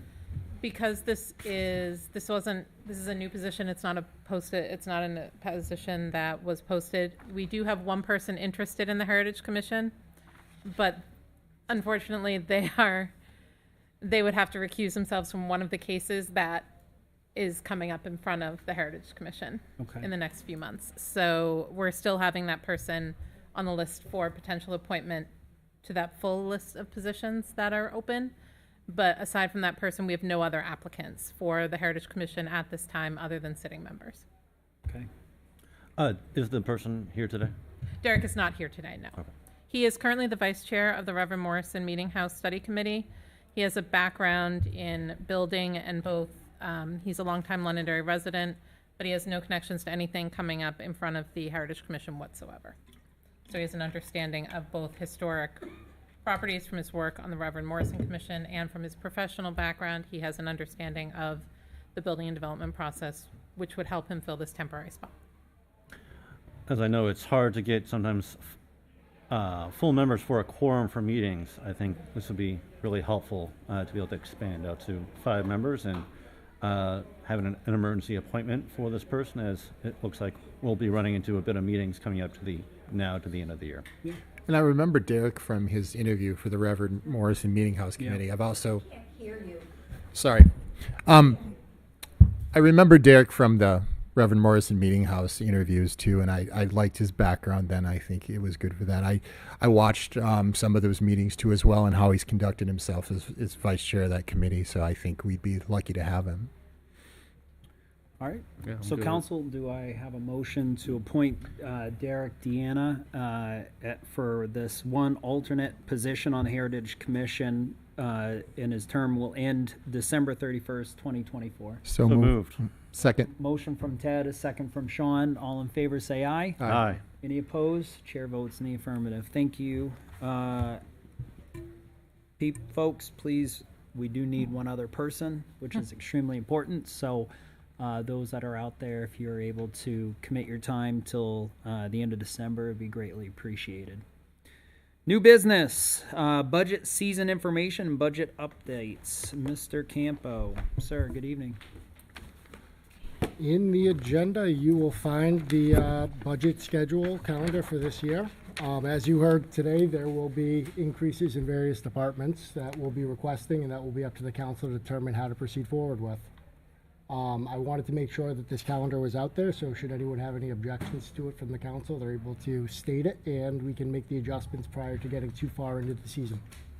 Thank you. Is this calendar posted on the town website?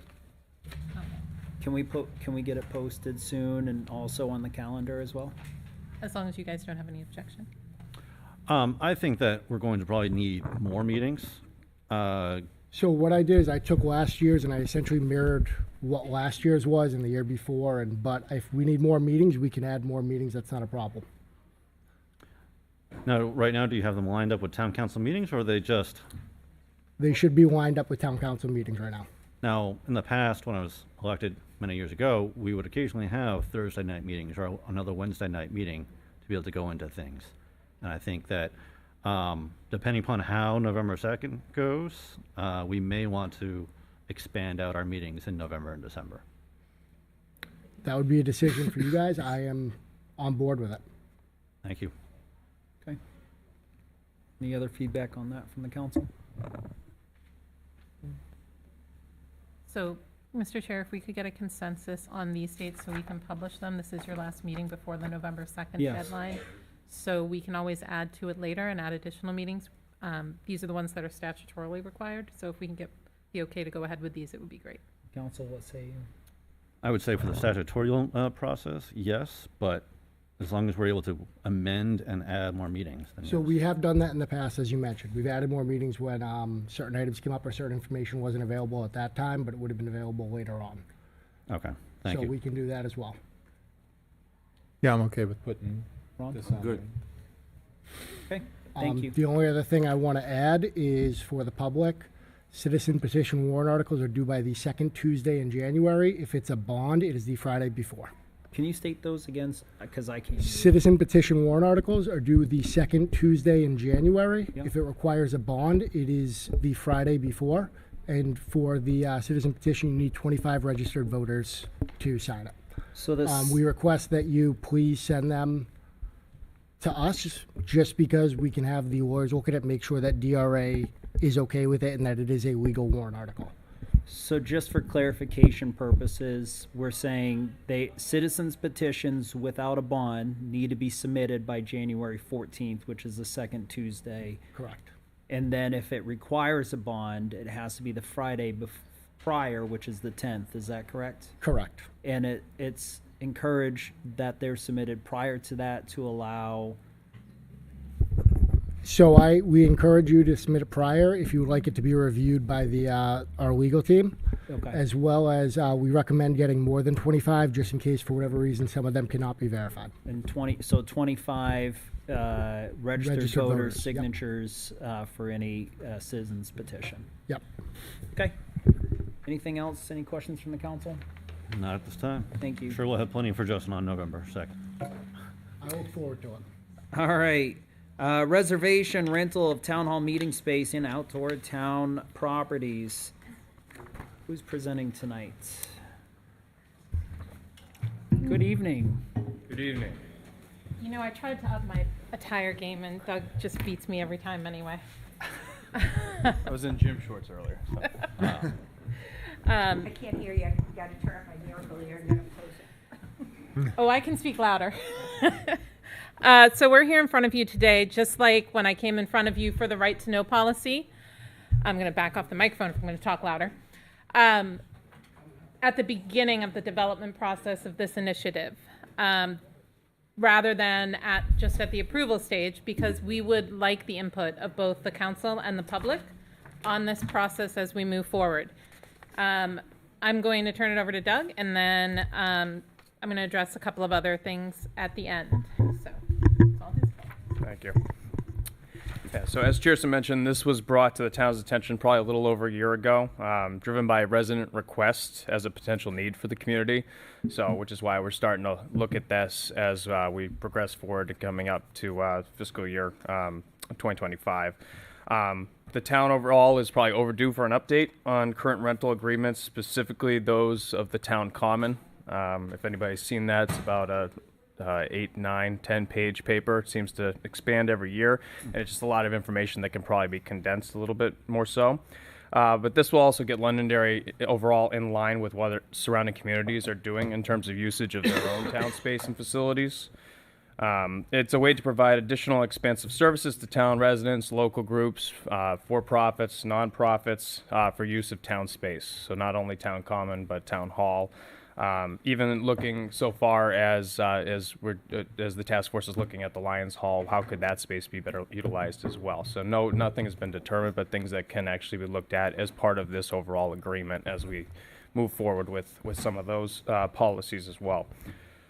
So it will also, the new agreement and policy, as I had mentioned, the current one we have for the town common is very large in terms of how many pages it is. It's dense for somebody that is trying to apply just for usage of space for a birthday party or concert or anything along those lines. So this will help to actually streamline the current applications into a more consolidated format with all the options clearly outlined, as well as designated renter classifications that are on there. As part of the renter classifications, we'll also have a fee schedule built in as a means of overall offsetting maintenance costs, utilities of a building, and the user revenue. It's a way to support facility maintenance currently funded by taxpayers. So that's something we're looking at as this agreement kind of comes more into focus. As you can probably see from the rough draft that was probably available, we've been putting together the final agreement to look at as a way that the processes that will also go along with that and how that will be conducted. Always going to be keeping in mind that there's going to be feedback throughout the process that we need to address and to continue to steer the way that agreement and policy will come into play if it does, in fact, go into implementation. We did discuss delaying it to the beginning of probably 2025, just because we're looking for necessary changes that are going to be there and updates, keeping in mind, again, not only the feedback that happens throughout the process, but also making sure the correct systems are in place. As mentioned, usage of town hall meeting rooms, make sure that the safety and security is there in all of those spaces, common spaces, and getting in line with IT in order to get that done. So that's going to take time before any of that gets done after implementation of any policy as well. But this also can be used as a template for further rental agreements of town-owned and operated space. So whether that's something that's in existence or something that will come to be, it's something that can be adapted and amended as needed. And I know it's been brought up too, in terms of people that have used space, how will that be purposed? How will the town deem who can use what, when, and where? There will be added clause where the town will have the right to waive fees at their discretion. So we'll look at that. Some of the other business that goes along with that, I'm going to hand over to Kirsten so she can get into some of those better nuances. But that's just an update on our end of what we're working on. So one of the things that you'll see here is the requirement that when people rent these facilities for their exclusive use to have insurance. Currently, as we move towards increased professionalization in this town, increased services for the wide variety of our residents, accidents happen. Our insurance company would very much like us to take this approach where we ask people using our facilities who are not town employees or volunteers who are covered by our policy to take out this insurance in case something happens.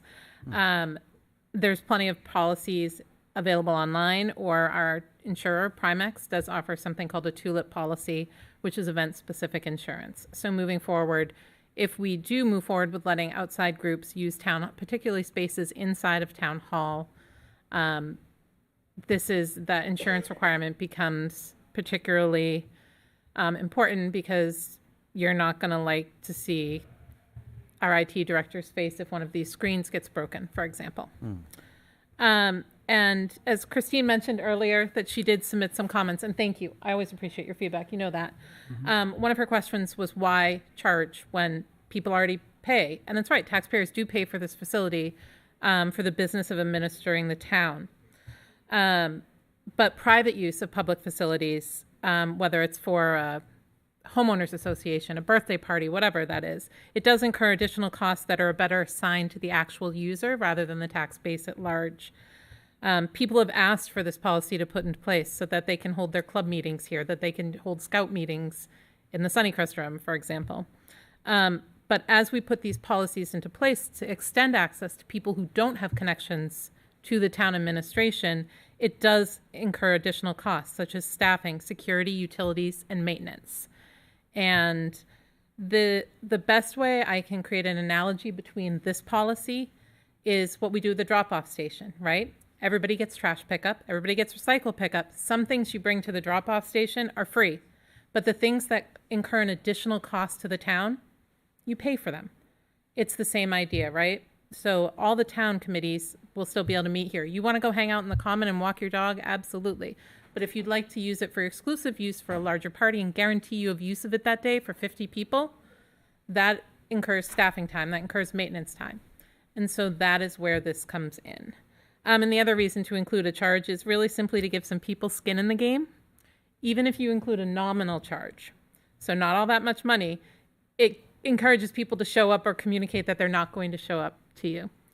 If you don't have any charge at all, that's when you get people scheduling something, canceling it, not showing up, and then we put the staff hours, the time, the setup into it, and then it just doesn't happen.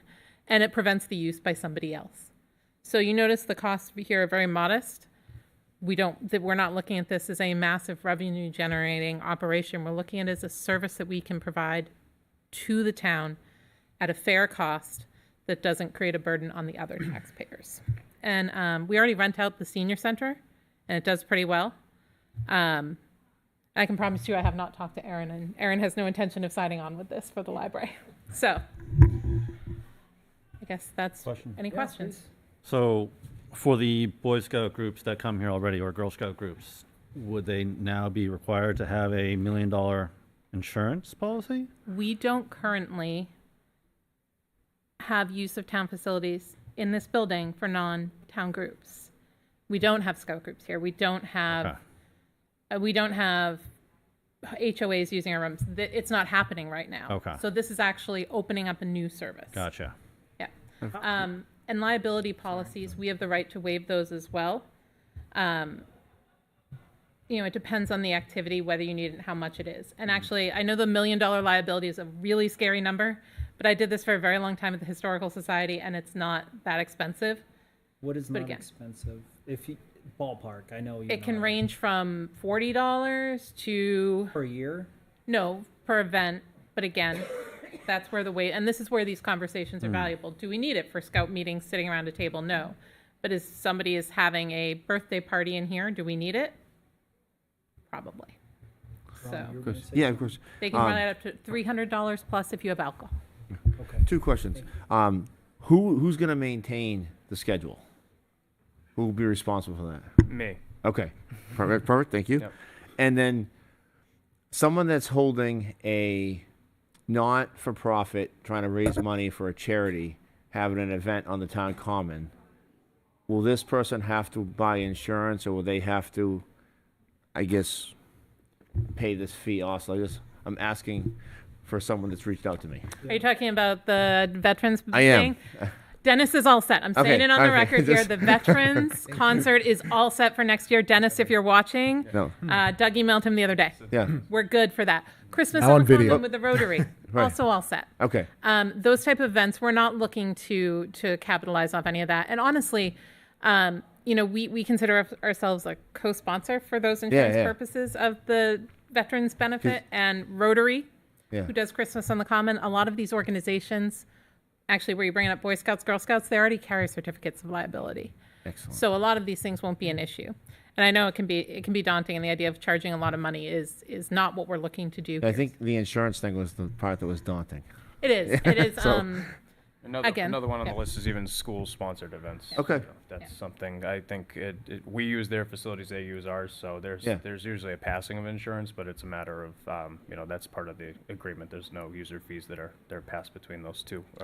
And I think, as Kristen had mentioned, you can get it on a per event basis. You're not trying to get it for a whole entire year if you don't need that, as she had mentioned. As I keep saying in front of this body and all other ones belonging to the town, I'm everybody's favorite compliance killjoy. And when I start talking about insurance, everybody's eyes start closing. But it is the way that we protect the people renting and the taxpayer all at the same time. And now that I've put everybody in the audience to sleep. I just have two other quick comments. I like the idea of a security deposit. That's good. I like that. The one other suggestion I would have is for residents that want to have, say, 6 or 8 people meet, I wouldn't charge them. If they want to get a small group together just to talk in the Sunnycrest room, maybe you have an exception for that, and that doesn't cost anything. Just a suggestion. Yeah, no. Again, we appreciate it. Any feedback we can get, definitely parts that we can look at for group sizes, as well as just fees in general, what they're going to be for each different group. So And this is just double check because I want to be a killjoy too, so you're not left alone. But I'm sure the liquor complies with the state RSA when using liquor in a facility like this. If we have something like that. Yes, and we haven't gotten into the details about alcohol yet. I am disinclined to think that it would be permitted in this building. It would be more for the outdoor venues. Yes. But then we have Brian, and if you think Brian Johnson is very good at helping us with those regulations, as is Nick Codner. So good. We can definitely work with that. Quick question about your chart here for the rental fees, the 4, 8, and 12 hours. Is that an additional cost on top of what is above? no. So each one, when submitting the application, you would be selecting how long your event is going to be. So that would be what your fee would be. Oh, is that primarily for the town common and Lions Hall? In Lions Hall. Okay, yeah. thank you. Can we change that to the Reverend Moran meeting house? We should just be consistent in all our town communications. Yes. And I guess probably be above the 4-hour line there. It should probably state for usage of town common and the Reverend Morrison Meeting House. Maybe just extend that column so that people understand, so that how it looks on here, it looks like it's an additional fee on top of, say, for example, however it's written. It just seems slightly off, that's all. And to Christine's point during public comment, we definitely need to include definitions of who fits in what category. So thank you for that. Well, and as well, I mean, if you are a nonprofit, you can provide the documentation that you are a nonprofit. So there's proper documentation from the state level that you can provide if you are a nonprofit. So, are you all set? I'm all set. Yep. Good. All right. Ask a question. No, I can't ask a question, right? Well, this isn't a public hearing right now, so I'm sure this will come up at some point, right? Because this is just a draft. Are you going to vote on it now? No. No. It's first reading. No, thank you. My biggest thing is I just want to, I want to make sure, you know, the activities and the organizations that are giving into this community are treated fair. Mm-hmm. And having an idea of how we do that is important to me. You know, like as many of the council said, you know, the veterans, blues or jazz, sorry, Dennis. Blues Festival. Blues Fest, thank you. The Rotary, you know, other organizations that pour so much into this town. I want to make sure that, you know, we're taking care of them. And if there's a way that we can navigate and have a more clear defined way to do that, that's important to me as one of 5. How you work that out, how you shuffle that out, you guys are smarter than me, so I'll let you guys figure that out, but that is important to me. Mm-hmm. I think they can, you know, you can break that down as a designated class of how that fits in. Again, I mentioned kind of the clause, the town's discretion. There can be also a list of groupings that fall under that, and you know, and that can be malleable as well as to who's on and off that list. So there's different, like you said, there's different ways that we can get creative with it. Right. What about like a and this is more of a discussion to the council, like non-resident versus resident fee and stuff like that. I think, and Christine Perez brought up some great points about, you know, the residents and stuff. Can you talk a little, you know, and the fees and stuff and paying taxes and everything? Can you help me understand that a little bit more? Better. Well, Chad, I'll give you one example. Yeah. So, say if you wanted to rent the splash pad in Derry, there's a certain price for Derry town residents and non-Derry town residents to rent out the pavilions at the splash pad. So I think they're trying to look at the same kind of example here for our facilities. Okay. And again, this is the first reading, so. Not even the first reading. Not even the first reading, just the first draft. Right, and as I mentioned, you know, if you're looking at even surrounding towns utilizing similar space, there is always a resident, non-resident component to that typically, and it's, you know, sometimes it's up to double just because it's for the use of residents, it's to be affordable, it's to be there, but it's for offsetting of those additional maintenance and utility costs, as Cheerson had mentioned. All right. When is this going to come before us again? Do you have an idea of that? We do not have a solid date on Sure, that you'll yet. let me know when to put it on the agenda. Fair enough? Yes. All right. Thank you very much. Thank you. Anything else from the council? Nope. No. Thank you both for your time. Thank you. All right, public hearings. I'll accept the motion to open public hearing. So moved. Motion Second. from Ted, second from Ron. All in favor say aye. Aye. Any opposed? Mr. Town Manager, sir, good evening. Thank you, Mr. Chair. Good evening. This is, we've talked about this before. This is simply a registration requirement allowing us to track whether a facility or a residence is being used for short-term rental. It defines short-term rental and requires an emergency contact that can be available within 60 minutes if there's an issue. The other thing it does is it makes the owner responsible for essentially what's happening at the property. This has gone through legal review, and it is the opinion is that it complies with the law. There's nothing illegal about it. There are other communities that are doing this around the state at this point in time, but I would say that this is kind of the lightest touch in terms of a potential short-term rental ordinance. Obviously, you can do a lot more in terms of regulating, inspecting, and what have you. But this really is the lowest possible level of regulation of an ordinance in this area, and it's responsive, as we've discussed in the past, to complaints that we've gotten, and the fact that we think this is not going away, that this is likely to be something that, you know, pops up every now and then, and we want to make sure that we have the tools to be able to respond to that, but not in an overbearing way. This did go to the planning board per the council's consensus. And the planning board's feedback was generally positive. They expressed support for the registration requirement and felt that this would aid in public safety responses to these residences if necessary. The board may have an appetite for more regulation down the road, but that's certainly something that was just discussed conceptually. But there's a process There's to a do process, that correct. with notice, first Correct. first reading, second reading, public hearings Correct. and such. And I think that based on the discussion and based on where we are, the frequency or infrequency really of these complaints, this is going to do the trick. The planning board did suggest that 180 days, 180-day deferred effective date was probably too much, that we could publicize this and start enforcing it within 120 days.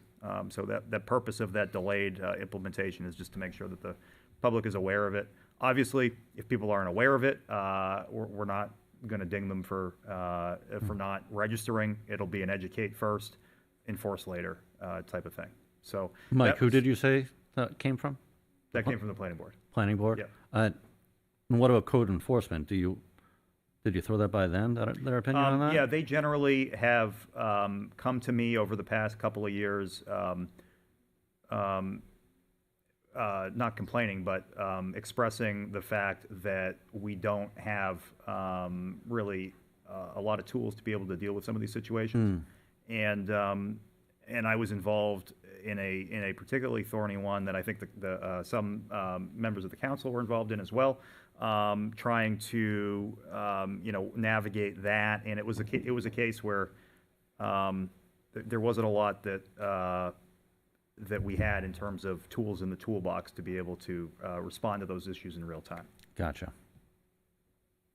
I guess I meant about the notice time period. Oh, no, I haven't specifically asked code enforcement what they think about the notice. I mean, I really think that the notice is sort of an academic exercise. I mean, because like I said, whether it's 120 days or 180 days, we're not going to be dinging people who might just be unaware of it because it's new.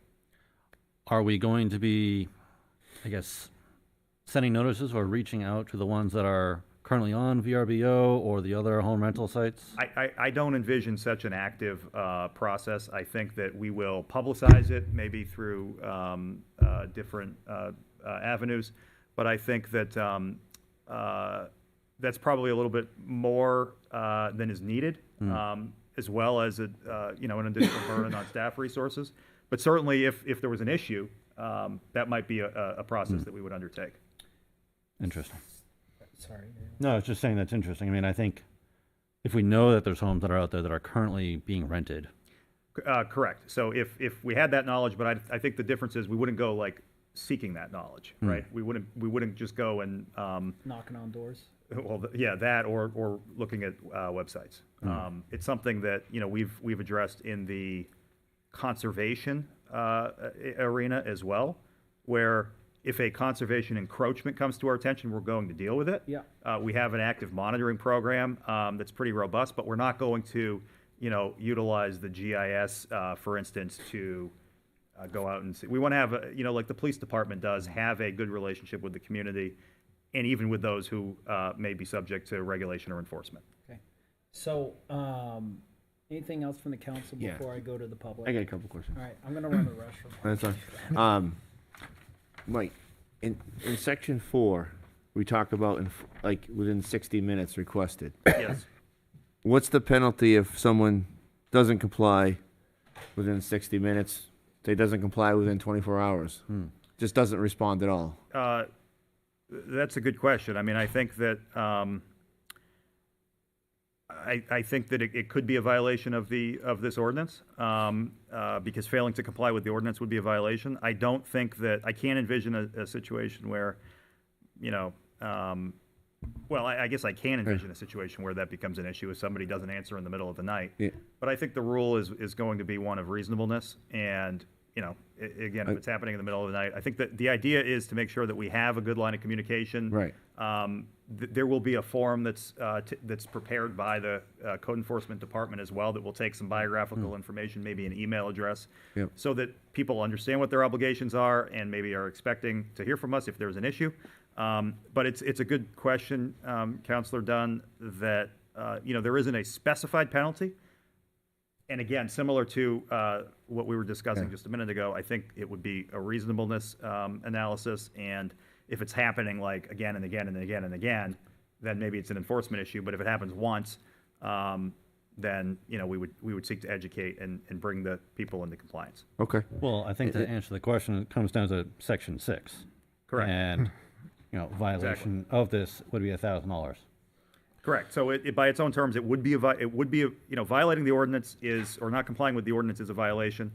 But like I said, the goal here is not to be writing people, tickets for Right. not complying with this. I think that even in the cases that we've dealt with where there is a significant enforcement issue, the approach has been, hey, if this continues, we're going to have a problem. Let's work together to resolve this. And then, Mike, who's going to keep track of the list? This will be the building department. Okay, building department. Yep. And they're Okay. set up to do that. I think one of some of the feedback that we received, I can't remember if it was from the council or from the planning board, was could we do this electronically? I think that there are easy ways to set up an electronic form and a database. Yeah, we talked about the. So And it really doesn't need to be. And then I guess the last thing I would just flag for the board's consideration is if you do pass this, should there be a fee and what should the fee be? That was my next question is, we had debated back and forth the fee. So that's, for me, I think the fee needs to be very minimal. Yeah. No. Because you want people to participate in this. Right. If it's too great, they're not going to participate. Yeah. So for me to support this, the fee's got to be very minimal. And we do have, dollar amount. Like I said, $10 the last meeting. yeah, and we So I do think we do some- have you know. permits that don't carry a fee with them Right. at all. Like I think assembly permits and certain live entertainment permits Yeah. do not have a fee. So it really is the council's consensus. Or So I have two comments on this. One, I think the 60-minute is a little stringent, and I get that, we can apply reasonableness, but a lot of times when getting into the law, I just don't like it. Like the middle of the night scenario, that could be hard. And I mean, if somebody goes into 65, I get that we don't necessarily enforce it, but I think that's really tight. I know even like a system down scenario at work where we're losing hundreds of thousands of dollars, it's not always 60 minutes that we can get a response to something of that consequence, Sure. much less these aren't professional businesses. They're people renting out homes where 60 minutes that almost requires a professional manager hired Correct. for a situation like that. I think if the council, if the consensus of the council is that's, I think it's a good point. We can certainly strike that I mean, I requirement think or 4 provision. hours is, personally, I think a 4 hour is appropriate. But if you're what were you I think saying? really I what we're trying to interrupted do is you, get a phone number, get a contact, so that we can make contact if needed. I know that the police department has records and information, but I think this is the most efficient way to get an up-to-date contact information that will allow us to communicate with somebody who's doing this. Well, part of that, in order to define that, I think we've got to define what we're trying to do with this. Because I started thinking about this since last time. And so, really this is to take care of unruly people who are renting a short-term rental so we can get a hold of them and get in touch with them. But I'm trying to wonder and this is a question, not a statement. I'm wondering, if a 21-year-old coming home from college has a party at a parent's house, do we know from our police how to get a hold of the homeowner when we get to something? And if we have all that information, then I'm wondering if we're duplicating efforts here. Because there are other scenarios where there's people who are in a home who are causing disturbance that aren't a short-term rental. And I want to make sure we're using all the same mechanisms, Sure. using them as effectively as possible, That's a really and good reducing question. the bureaucracy as much as possible. I think probably the police department would be best equipped to speak to that. I don't know, I could tell you that I believe they have certain records. I don't think the records are always up to date, in my experience, but. Thank you. Chief, good evening again. Thank you. Here we are. So we have had some calls in the past on this type of concern that other neighbors have had. Our records management system is as good as the information that we put in. Mm-hmm. So if we have contact with somebody, obviously it's in there. Oh, yeah. But we do have means to find anybody. So, I mean, depending what it is, so, but we can. And if there's an investigation or there's a problem that we need to find the homeowner, we can. And with a situation that had rose last year, we had to do just that. We had to do our research, find out who owned the home, and track down cell phone numbers and whatnot. And we did reach the person. They were halfway across the country, but we found them. And so to answer your question, the records management system does have most people, but not everybody. So I'm trying to see what the difference this would make with this versus another like call towards something else, because it seems like you have the information. So I'm trying to see what. Do you mean a call for service in regards to? Like a noise complaint. Yeah, so noise complaint, if we went to, let's say it was your house, same thing. Yeah. Whoever we speak to, we would put down, we'd get all your contact information, we put it in the system, and it's there. If it were a situation where, well, I'll use the hotels. We go to the hotels for complaints and issues there too. We get information from those people. We put it in the computer here in case we have contact with them again. But we also have interoperability with other police departments when we run stuff, what we call in-house. And when we run it locally, we can find out if it was a Wyndham or any other municipality that partakes in this program. We can just log in and see that similar stuff. So on first incident of any kind of like complaint or something, it's logged in the system and there's information in there? It should be, Okay. if everyone does their job correctly. Okay. I think that, I'm trying to think of an example, but yeah, certainly if there's I think that part of this is there may be issues that arise that are not of a police or criminal nature that wouldn't necessarily involve the police in the first instance. Gotcha. So maybe there isn't an emergent like noise issue or something that needs to be addressed in the moment.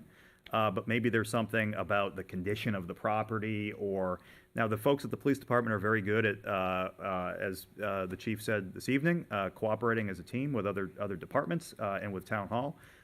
But I do think that we're always cognizant to not make something a police matter that it shouldn't be a police matter. And I think The one thing I wonder, so if an incident happens, and sorry, I'm asking a lot of questions, but if an incident happens in the middle of the night, which is generally probably more when a disturbance is, somebody's not going to be able to get a hold of somebody probably at town hall to go, hey, there's this going on.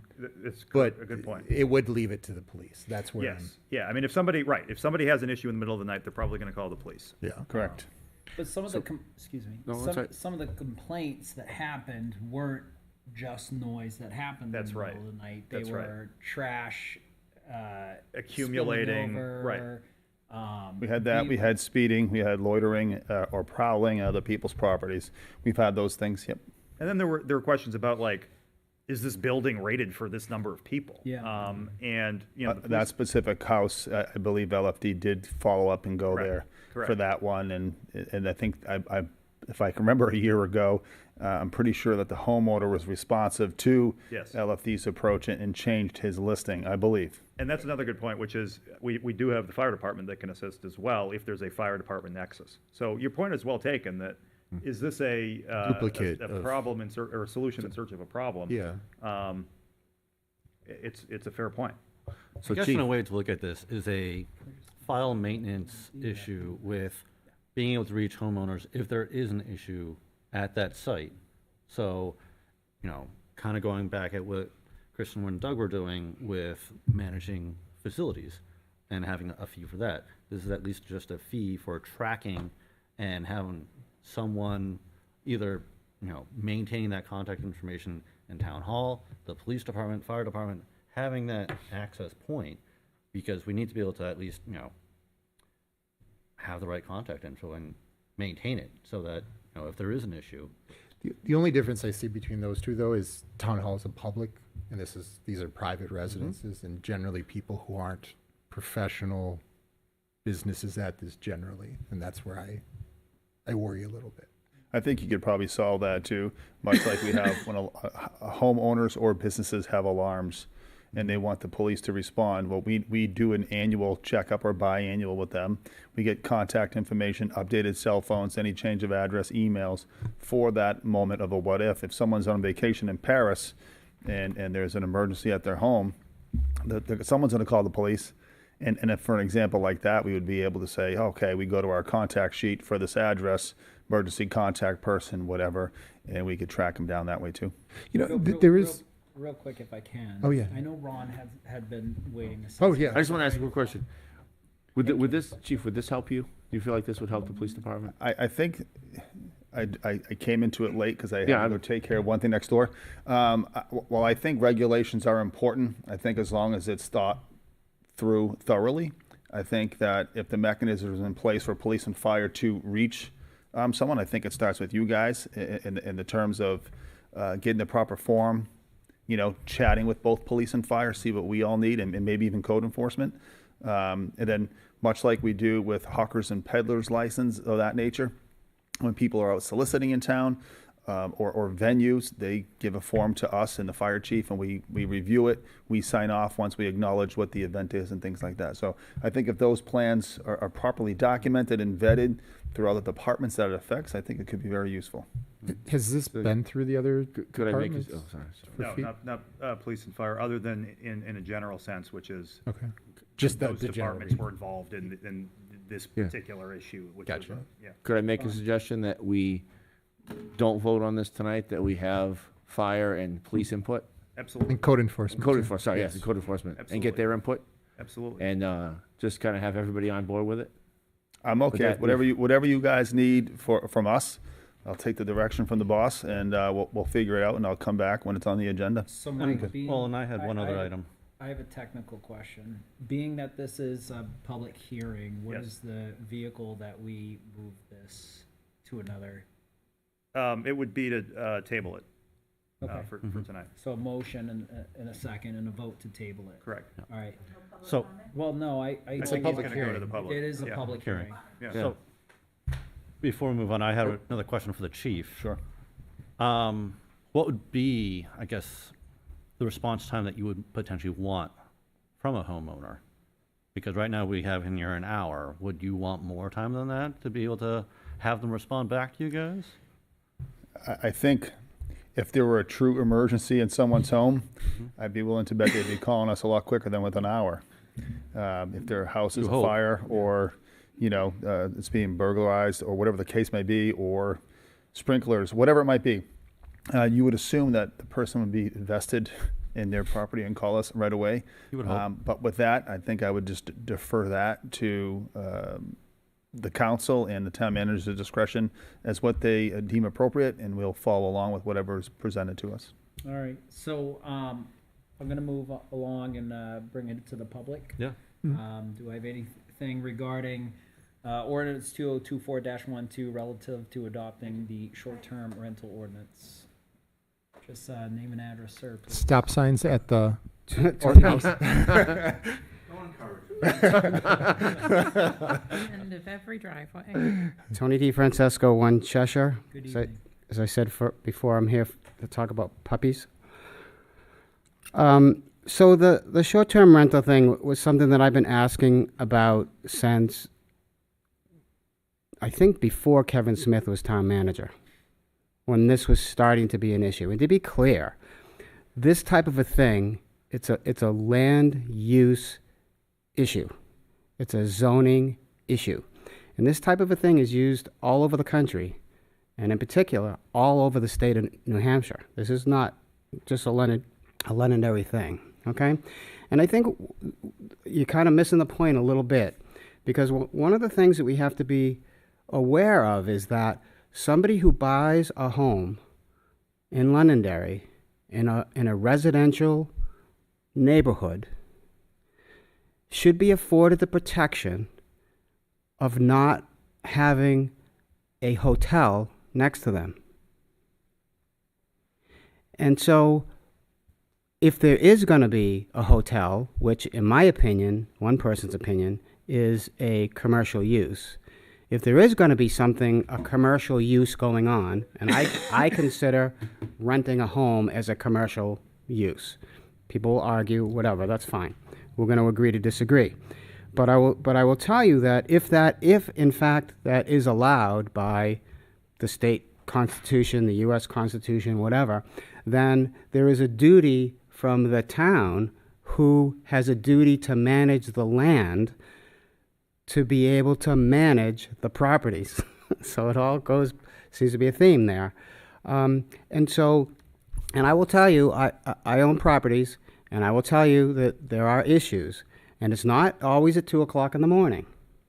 I will also tell you that the one we had recently in town, the gentleman that owned the property came to you folks at the meeting and said there needs to be an ordinance. And it was his property. But there are many things that happen at 2 o'clock in the afternoon. It's not all at 2 o'clock in the morning. So I would encourage this kind of a thing. If nothing else, to me, it's more of a registration process, and I mentioned this at the planning board, than it is an application. It's a registration. We want to know who you are, where your property is. Give us some phone numbers, your wife's cell phone number, your cousin's cell, anybody that we can get a hold of when you have a rental going on and somebody's in Tony's yard picking tomatoes because they didn't have any for their barbecue in the rental because they don't know where the stores are. Okay? The other thing that I used was 12 undergraduates coming up to Londonderry from Harvard to pick apples on a weekend. They don't give a crap about Londonderry. They don't give a crap about the neighbors. They don't give a crap about anything. And at 3 in the morning, when they're all drunk and they're throwing apples at the neighbor's gazebo to see who could get it through the screen, these are things that happen. When you have somebody on top of a roof shooting fireworks at the neighbor's house because it looked really cool when it hit the peak of the roof and exploded, that happened to me. So there's a lot of things that can happen. But if you have the mindset of you owe it to the people in the residential neighborhoods to protect them from others, I think you do have that duty. And I think as land management officers, for lack of a better term, you have a duty to do that. So, thank you. Thank you. Anyone else for public comment regarding ordinance 2024-12? Good evening. Good evening. Christine Perez, 5 Wesley Drive. I'm here as a citizen and a property owner. I'm here in opposition to this ordinance. And over the past couple of years, I have learned that there is a huge difference between somebody in life and in law between the word shall and may. This ordinance is a shall. It is meaning that it is a requirement of a home or property owner in Londonderry, of every property owner in Londonderry. And I want to know what you're trying to accomplish here. So, how does this benefit the residents of the town? Why does the town getting involved in this? Okay? I understand that there were complaints from residents and concern prompting this ordinance, but I have many concerns, and I brought them to the town manager. We have many residents and non-residents that rent properties in town. I have a huge amount of condos near me, and many of those condos are owned by out-of-state owners, and the people rent them, okay? They're long-term. They're, for the most part, more than 31 days. They have problems there, too, with people leaving trash around, with noise in the middle of the night, with the police being called over. I see them in the police log all the time over behind where I live. And these are renters for over 31 days. But yet we are not requiring those owners of property who are renting longer than 31 days to register. We don't require them to get permits for using. If there is a violation of noise, is the owner of that property notified and has a 24-hour contact? No, they don't. It is handled the same way for them as it would be for someone who's renting under. I spoke at length today to Deputy Chief, correct, Breen, about this.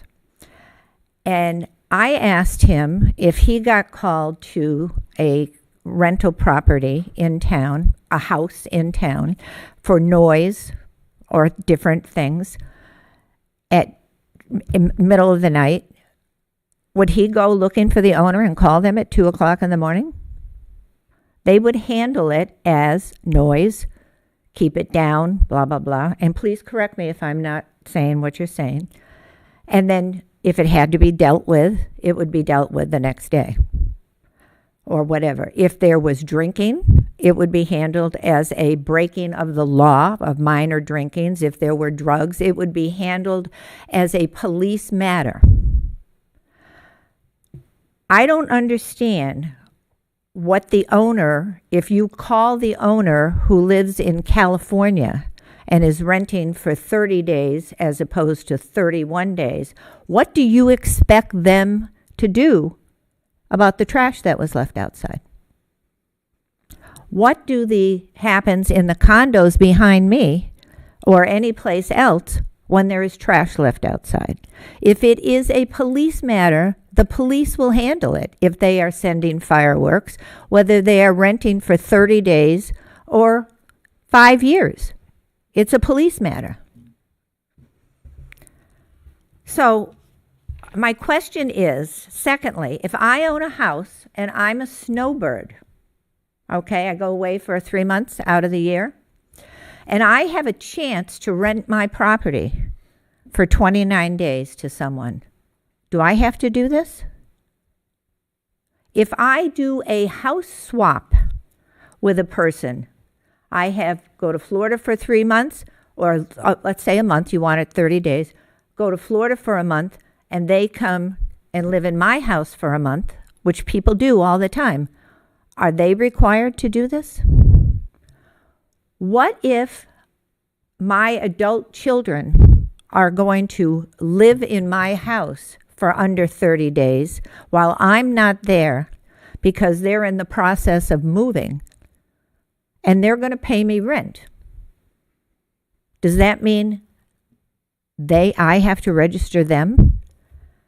I feel that this is a huge overstep and violation of my personal rights as a property owner. The purpose is stated to regulate. I'd like you to consider this being a may as opposed to a shall, and offer this as a service to people who are doing short-term rentals and say, gee, you're doing short-term rentals, we'd like you to register, let us know that you're doing this, give us your contact, so in case there is an issue with the police or with this or with that, you can be gotten in touch. We need less regulations over our personal rights, not more. And this is a regulation over my right as a property owner. Not personally. I live in a development where you can't do this, but I signed an agreement when I moved in 16 years ago that said I couldn't do this type of thing. But we have many, many, many people in this town who do not live in this town, who own property in this town, and you're going to regulate people who rent for under. So I'm going to rent my property only for 31 days at a time instead of 30. Then I don't have to do this. It just doesn't make sense. And it is an overreach, I believe, of government regulation. I am in judiciary when I'm not wearing my citizen hat, and we get the landlord, tenant, all of those coming before us all the time. And it really is a nightmare for what the landlord's rights are and what the renter's rights are. So I'm aware of this type of thing that goes on. But to force individual owners to register their homes for rental, I believe, is an overreach. Thank you. Thank you. Is there anyone else from the public regarding ordinance 2024-12? Good evening. Good evening. Deb Paul, 118 Hardy Road. Christine said what I wanted to say much more eloquently than I probably would have, but I do agree with everything she said. This is an invasion of my privacy and my house to do what I want, And to me, it all breaks down to the officers coming to a call and doing what they're supposed to do. And you were talking about trash and leaving it out. It works the same whether I'm an owner or a renter. The police officers will come and say, "Oh, excuse me, you have to do this." And if they don't do it, there are rules already in place that say what the next steps are. Why do we keep adding more and more rules? I don't understand what our town is looking for lately. When I looked at the agenda on Saturday, when I finally got the agenda, I looked at it and I'm like, we're in budget season. We really should be talking about budget issues. And I'm looking at renting buildings and these property rental things, which to me, you guys had off all summer. If you wanted to do something like this, the time to have done this was in the summer instead of taking all that time off. These are little frivolous things that, kind of just could have happened in the summer. We have much, much bigger issues in this town right now that need to be addressed and need the time to address them in a procedural fashion that would do a good job in responding to people. I mean, personally, I wish the town council chambers, maybe not that quite full, but we're always filled like that with people asking questions because that's what it's about. And, I know it's a hard job to sit there and have to listen and sometimes take punches to the face. And I just think that you do a good job and you try to do your best, but sometimes some of these things, to me, are just way overstepping what needs to be done. We need to get our house in order. We need to have our departments in order. We need to have our business in order before we start thinking about all this other stuff that's really frivolous. So thank you. Thank you. And is there anyone else from the public that wants to? And then Christine, if you want to come back up. Thank you. Good evening. Good evening. Dave Plaza, 207 Pillsbury. Christine, well said. I would agree. Shall is something very restrictive. May might be a good thing. Let's face it, if we go out and go away for 2 weeks, I have no problem calling the police department and say, hey, keep an eye on my house, please. If you see about a rager going on, let me know. So let's keep it simple. Stay out of our personal lives, out of our personal property. Thank you. Thank you. Christine, do you want to come back up? Yes, I'm sorry. Christine Perez, 5 Leslie Drive. The other thing is that I thought of that I forgot to say is it's actually could be considered a form of discrimination. You're discriminating. If I rent more than 31 days, I don't have to do this. But if I rent less than 31 days, I do have to do that. Why? Thank you. Anyone else? All right, counsel. So, I will say, I think that the day count in here certainly needs to be changed because I think the majority of people who probably rent these particular properties are not staying for 30 days. They're most likely staying for a weekend or maybe a week at most. I mean, it's not, you're not going to see someone on a VRBO home renting it for 30 days, right? I wouldn't expect so. Right. So Typically, yeah. That's the jackpot if you Yeah, right. Someone does pay that much. Yeah. But you do have to draw the line somewhere. I think I will say in response to some of the thoughtful comments, the house sitting scenario or the snowbird scenario, I don't think falls under the reach of this ordinance because we're not only talking about a timing requirement. We're not only starting the clock and then counting 30 days. We also have a requirement that it be occupied by people who are transient occupants, lodgers, or guests. So I think that takes it outside of the family situation or the friend situation,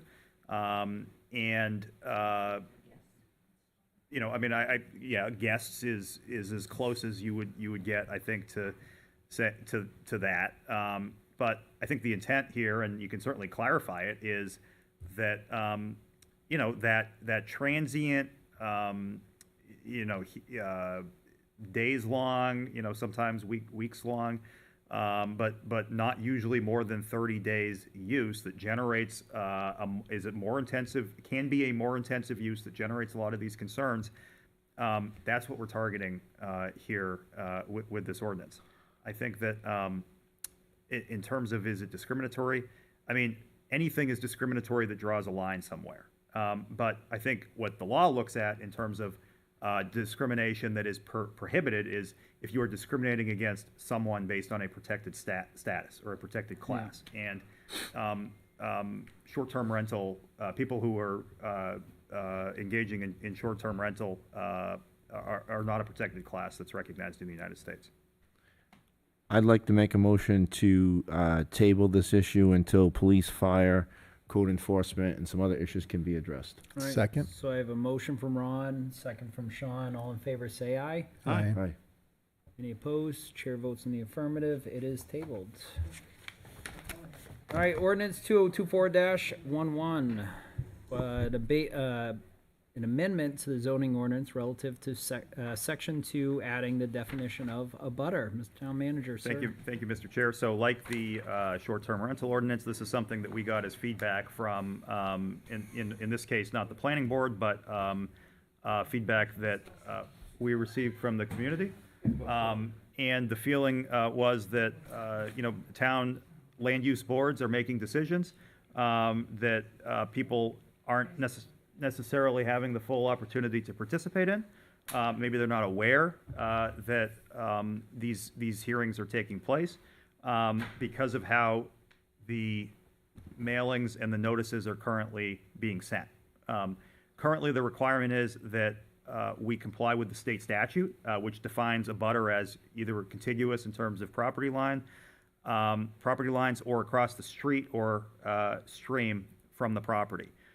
This would expand the definition of abutter, so we're still complying with the state definition of abutter, but we are requiring notice to properties within 400 feet that don't meet that definition of abutter. Again, the purpose is to make sure that people have the opportunity to participate in the land use and development process. Purpose is also to improve confidence in the decisions of our land use boards, because I do think that a lot of the feedback that we've been receiving in the last couple of years is that these boards are making decisions that are not in line with the concerns of the residents. And I think that if we can get more involvement, get more people aware of what is happening, that there will be not only an opportunity to participate, but there will be hopefully better confidence in what these boards are doing and higher quality decisions. Because I firmly believe that the more people that you have involved in decisions, the better outcomes you have. I will tell you that in bringing this to the planning board, I was a little bit surprised but not disappointed. I think it was an incredibly thoughtful discussion, a really good discussion at the planning board. That maybe this is going to overcomplicate things. That there is the cost factor that we have to consider, which is if we are expanding the definition of abutter, we are passing costs along to developers, not only developers as we use that term in the large sense, but also people who maybe want to do a lot line adjustment or subdivide their property into two separate lots. And when we're requiring those regular folks to send out more certified mailings at $9 and something cents a piece, that's something that we need to balance. The other concern that the planning board had was that again, some of the feedback that I received was in this particular situation, the town was in abutter of this property that was under development. And because the town was in abutter, the abutters of that property owned by the town did not receive notice and didn't know that this was happening. And the town wasn't necessarily functioning in the status of an abutter there. We were functioning in the status of a town. And so I think the board had significant concerns about that from a practical standpoint, because if, for example, the property under development is adjacent to the musquash, you would then have to give notice to every residence abutting and every property abutting the musquash, probably thousands. And so that point was well taken. But again, just to underscore, I think that you can agree or disagree that this is something that we need to move forward with, but it is important to remember that this is feedback that I received from the community, and I thought it was important to at least have a discussion about it. Thank you. So we're going to change things up a little bit and kick it to the public if they have any comments on this. Seeing none, we'll go back to the council. No, I think it's good to expand out our reach for what exactly is an abutter and as well the classification. So I think that'll be good to do so. And I guess the only other thing would be, do we want to send out abutter notifications sooner than what we've been doing? Because I know in the past there's been some people who said that they never received an abutter letter. Right. So do we want to make sure that we're sending them out even further in time so that, you know, the Postal Service is able to deliver those in time? That's a good question. It's certainly something that we can look at. Right now, there is a statutory deadline, and I would want to get a legal opinion that, like this, we could certainly give more notice. I think we certainly could, but I want to just get legal to put eyes on that to make sure that that wouldn't create any additional concerns. There may be a bit of a practical issue there, which is with some applications before the planning board, for example, you're on a very compressed time frame with the submission deadline and then the meeting. But I think that's certainly something that we can look at. I think it's a good comment, and I'm happy to look at it. To address some of the planning board issues that you mentioned, is there a way that this could be, I guess, rewritten legally a different way so that we could address those issues that they had? Because it seemed like they were pretty good issues. I thought so too. So I think I would advise striking the last sentence that says, in any case where the town of Londonderry is an abutter, abutter shall also include all abutters to that parcel or parcels. Okay. And you know, the question came up, well, where did 400 feet come from? You know, you have to draw the line somewhere. Yeah. We played around with the map, with the GIS function, and I think that we didn't get down into the weeds of whether 300 or 400 feet or some other number made sense, because the planning board didn't like it to begin with. But the council certainly could choose to expand that. I wouldn't recommend expanding that. Yeah. I think if anything, you know, you should have a discussion about whether 400 or 300 feet makes sense.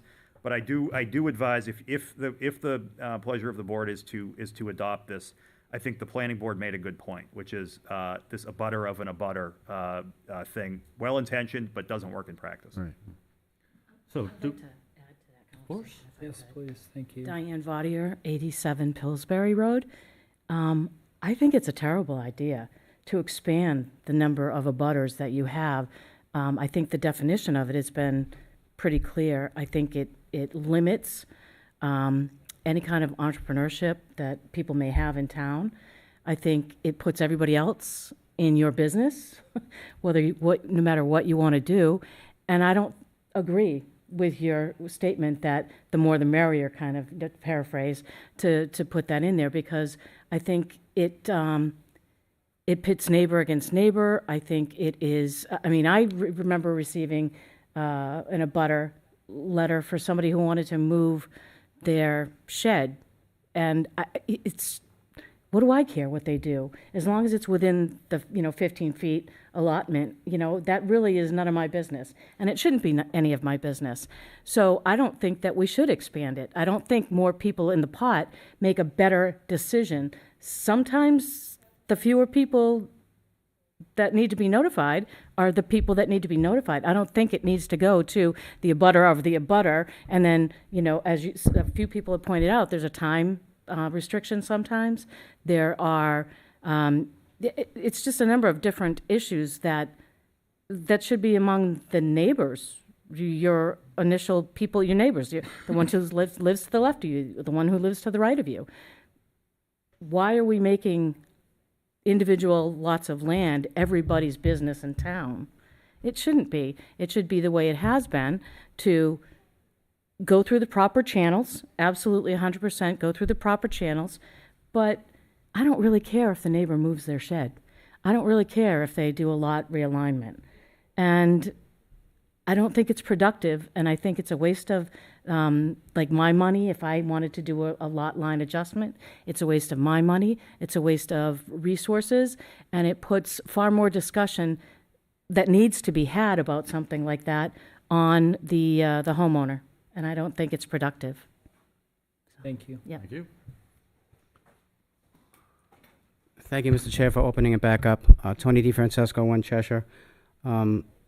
the young woman that just spoke before you is a Londonderry High School graduate, probably one of the best athletes that ever graduated from Londonderry. So I know you don't know that, but I've been around for a while. You know, 400 feet's way too much. First for the record. I did. Tony DeFrancesco, 1 Cheshire, but that's okay. It's not late yet. Planning board goes till 11, so we'll keep guys here for a while. So yeah, I mean, 400 feet is too long. It's too big. If you think about, I was thinking about after the planning board meeting, one of the metrics that I thought of was in the older neighborhoods, the ones from the 2000s or less, those lots are all on the street around 150 feet, which is how the 150-foot abutter, I think, came into play in the first place. So if you want to do something, it's already 150 feet. If you do 300, that's 2 instead of 1. You know what I mean? If you're going to increase it. But do you need to increase it? I don't know. The whole thing started because a lady was across a stream from a development that she was going to be able to see the development, but she didn't get the notice because she wasn't a real abutter because it was across a stream. And that's how the whole thing started. And now, you know, it kind of morphed into its own thing. But thank you. I appreciate you opening it back up. Council, excuse me, what do you want to do? I think they make some significantly good points. The other thing is I want to be careful because I'm starting to see this a little bit. We get in a pattern of there's one incident of something, and all of a sudden something shows up. And so, you know, if we don't need to, we don't need to. So what do you want to do? Well, I want to hear from the rest of you. I say we need more information, I think. You know, if we're going to do this. If we're not going to do it, then information would you want? Then if we're not going to do it, then we won't do it at all. What kind of information do you want? I'm just more information as far as how it's going to be written. Is it legal? Like the verbiage that how it's exactly written is what I'm thinking. How is it written and legally interpreted? Like I'm trying to think of what Mike is saying, and if we're going to do this, cover all the points that he mentions very carefully, or we leave it alone. Yeah, we can table this for the time being, and we can come back to it another time, and when he and our attorneys revise this a bit more. That's totally fine with me. I think it's, like I said, I felt like I wouldn't be doing my job if I didn't bring it forward for discussion, and I thought the discussion at the planning board was excellent. I thought it was a really good discussion here. Again, there's points that came out tonight that weren't discussed at the planning board, so. I'll make a motion to table. I'll second it. So I have a motion from Ron, second from Sean, all in favor of tabling it. Ordinance 2024-11, say aye. Aye. Aye. Any opposed? Chair votes in the affirmative. And I will say, I completely agree. I don't care if my neighbor moves their shed. As long as it doesn't, obviously, encroach the 15 feet. Yeah. It's even better.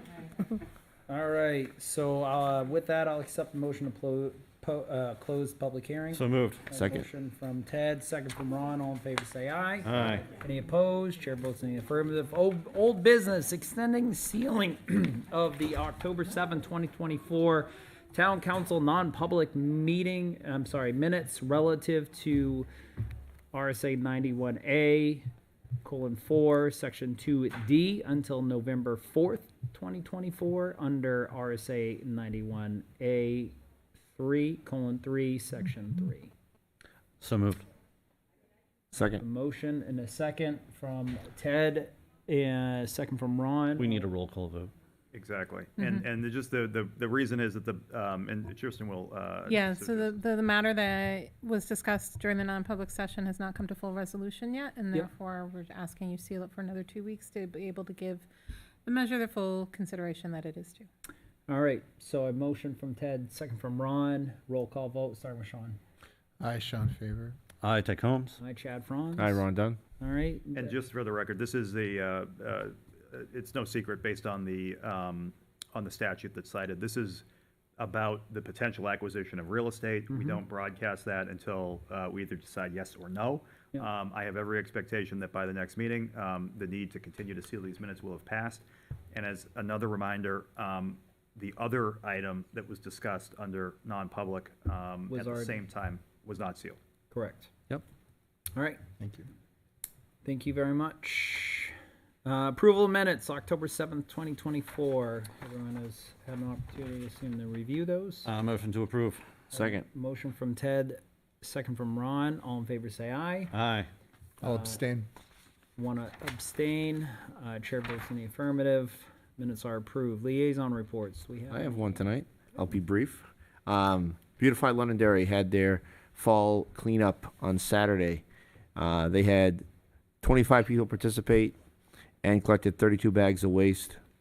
And it was a beautiful day. Just wish more people would have come out. But we're going to try to do a better job of communicating that in the fall. But I would consider it a success. 25 people with 32 bags of trash was a success. All right. I also, on that note, would like to thank, I know AdMix, which is a local company in town up by the airport, actually did a cleanup this week too in coordination with some of those people on a separate day. So I'm just thankful that other people are contributing too to help clean up this town. So love to see more of it. Absolutely. All right, town manager report. None. Thank you very much. Before I go to adjourn, is there anyone in the public that'd like to add anything else? I just wanted to add one item from the Recreation Commission meeting that I was at recently. Just wanted to remind everyone at home, and hopefully if anyone's listening, anyone who does not live in town, that there are no dogs allowed at the rec fields at West Road for the soccer fields. Okay. They've had a lot of instances with people bringing dogs. They've had to, people, please leave with your dog and, you know, either bring it home or somewhere else, but it is not welcome on the field. They don't want to have to maintain the dog defecating on the fields and not then picking back up the dog's situation. And so it's, you know, been an issue of people not maintaining the rules there. So just please leave your dogs at home when you're coming to the soccer field. Thank you. Anything else? Thank you, Dave Wally, Director of Public Works and resident of Londonderry for 25 years. I think it's a time and a place for comments. We've heard a lot this evening, and I'd be remiss if I didn't come up and say something as one of the first responder units in town. I know we're the lesser of the three. I get it. We know where we stand on the pegs, but in a few more weeks, perhaps everybody's going to want to know where this unit is, the Team Yellow. And I think Kim did an excellent job speaking on behalf of all the department heads and the challenges that we have each and every year, putting them together in a responsible way that won't compromise the safety of our staff, and that is an extremely delicate balance. I've been doing it now for 29 years, 3 in this town, and I've watched many boards come and go and whatnot. And we're in it together. I don't quantify it or look at it as a fight.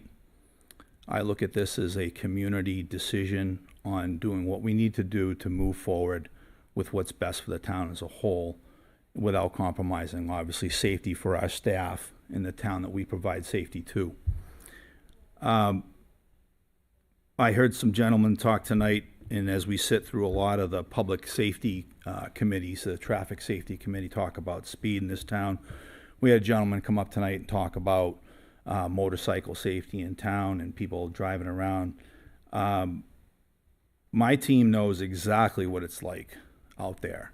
Try working in the street.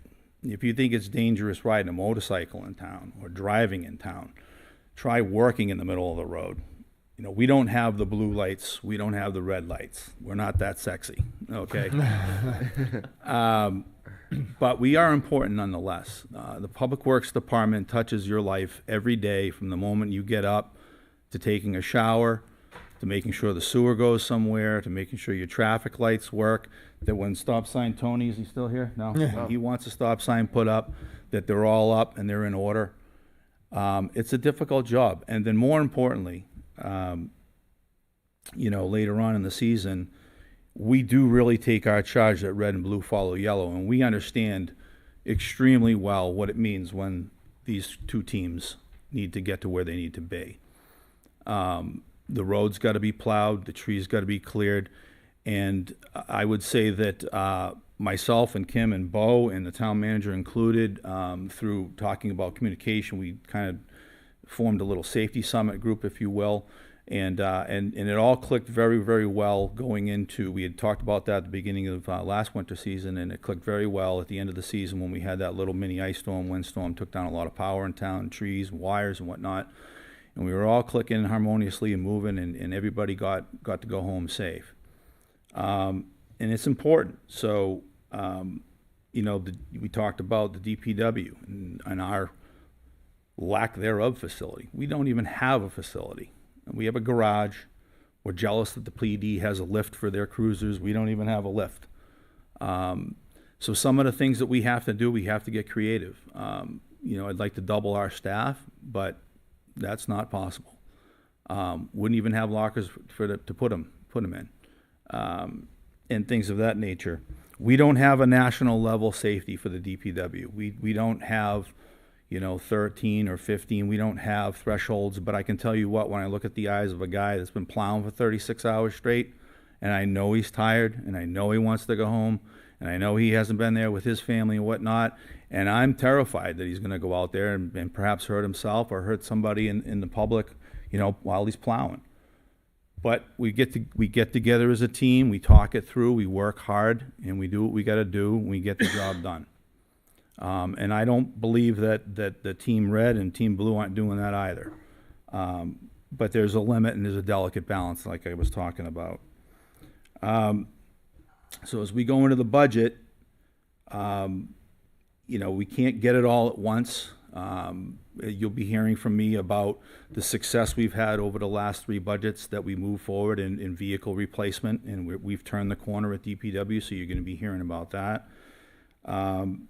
Perhaps it's gone unnoticed that when I first got here, the fleet budget was half of what it is right now, and that was a great deal of work with Town Manager Malaguti and Justin Campo.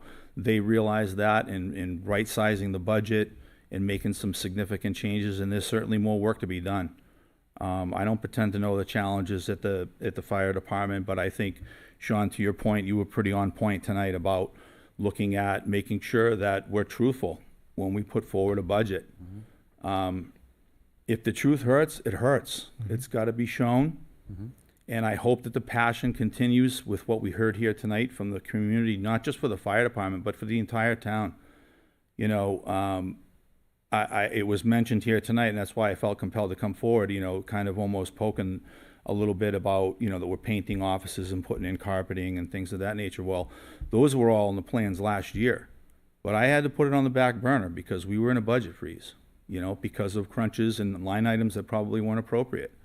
You make signs like this seal, that's a sticker that's supposed to be on a truck that we cut a sign up and to make it. Those are sometimes the things you do in order to save a penny here or save a dime there. But those decisions are made every day. We have to be leery of the people that can't afford the tax rate to go through the roof. I'm a taxpayer in this town. First public works director I worked for 30 years ago. First time I was on a committee for a union, and the DPW director kind of nationally said, you're going to safety us right out of business, to the union. And it struck me as pretty careless back then and kind of, odd. How could you put a number on safety? But there is a point where, and after being now in the budget process now 29 years, there's points where you have to say, are we doing all we can, but where's the limit? So I'm looking forward to November 2nd. I've ripped up my budget a couple times already over the last few weeks. But there's some tough decisions to be made. But it's not a fight. It's not a fight. It's going to take everybody in this room. It's going to take everybody elected. It's going to take everybody appointed or hired. But to just start firing people and slinging, mud, it's not going to fix anything. Those problems are still going to be here. We're talking about it. Some of these lines have been like this for 15 years. This didn't happen in the last 15 months. So that's my 2 cents. I know that there were some people that were kind of, telling me not to speak and whatnot, but I felt that some of my things that were on my chest needed to be a matter of public comment and public record for that matter. So thank you for the time. Appreciate it. Thank you. Before I go to adjourn, ask for adjournment, is there anyone else? All right, seeing none, I'll accept a motion to adjourn. So moved. Second. I have a motion from Ted, second from Ron. Folks, meeting schedule, budget kickoff is November 2nd. It's a Saturday here in the Moose Hill Council Chambers at 9 a.m. We have a regular council meeting scheduled November 4th at 7 p.m., as well as the 18th at 7 p.m. With that, all in favor of adjourning, say aye. Hold on one moment. Just want to remind everyone, election is November 5th. Our next meeting is November 4th. Please, everyone, remember, election is November 5th. November 5th. All right, all in favor, say aye.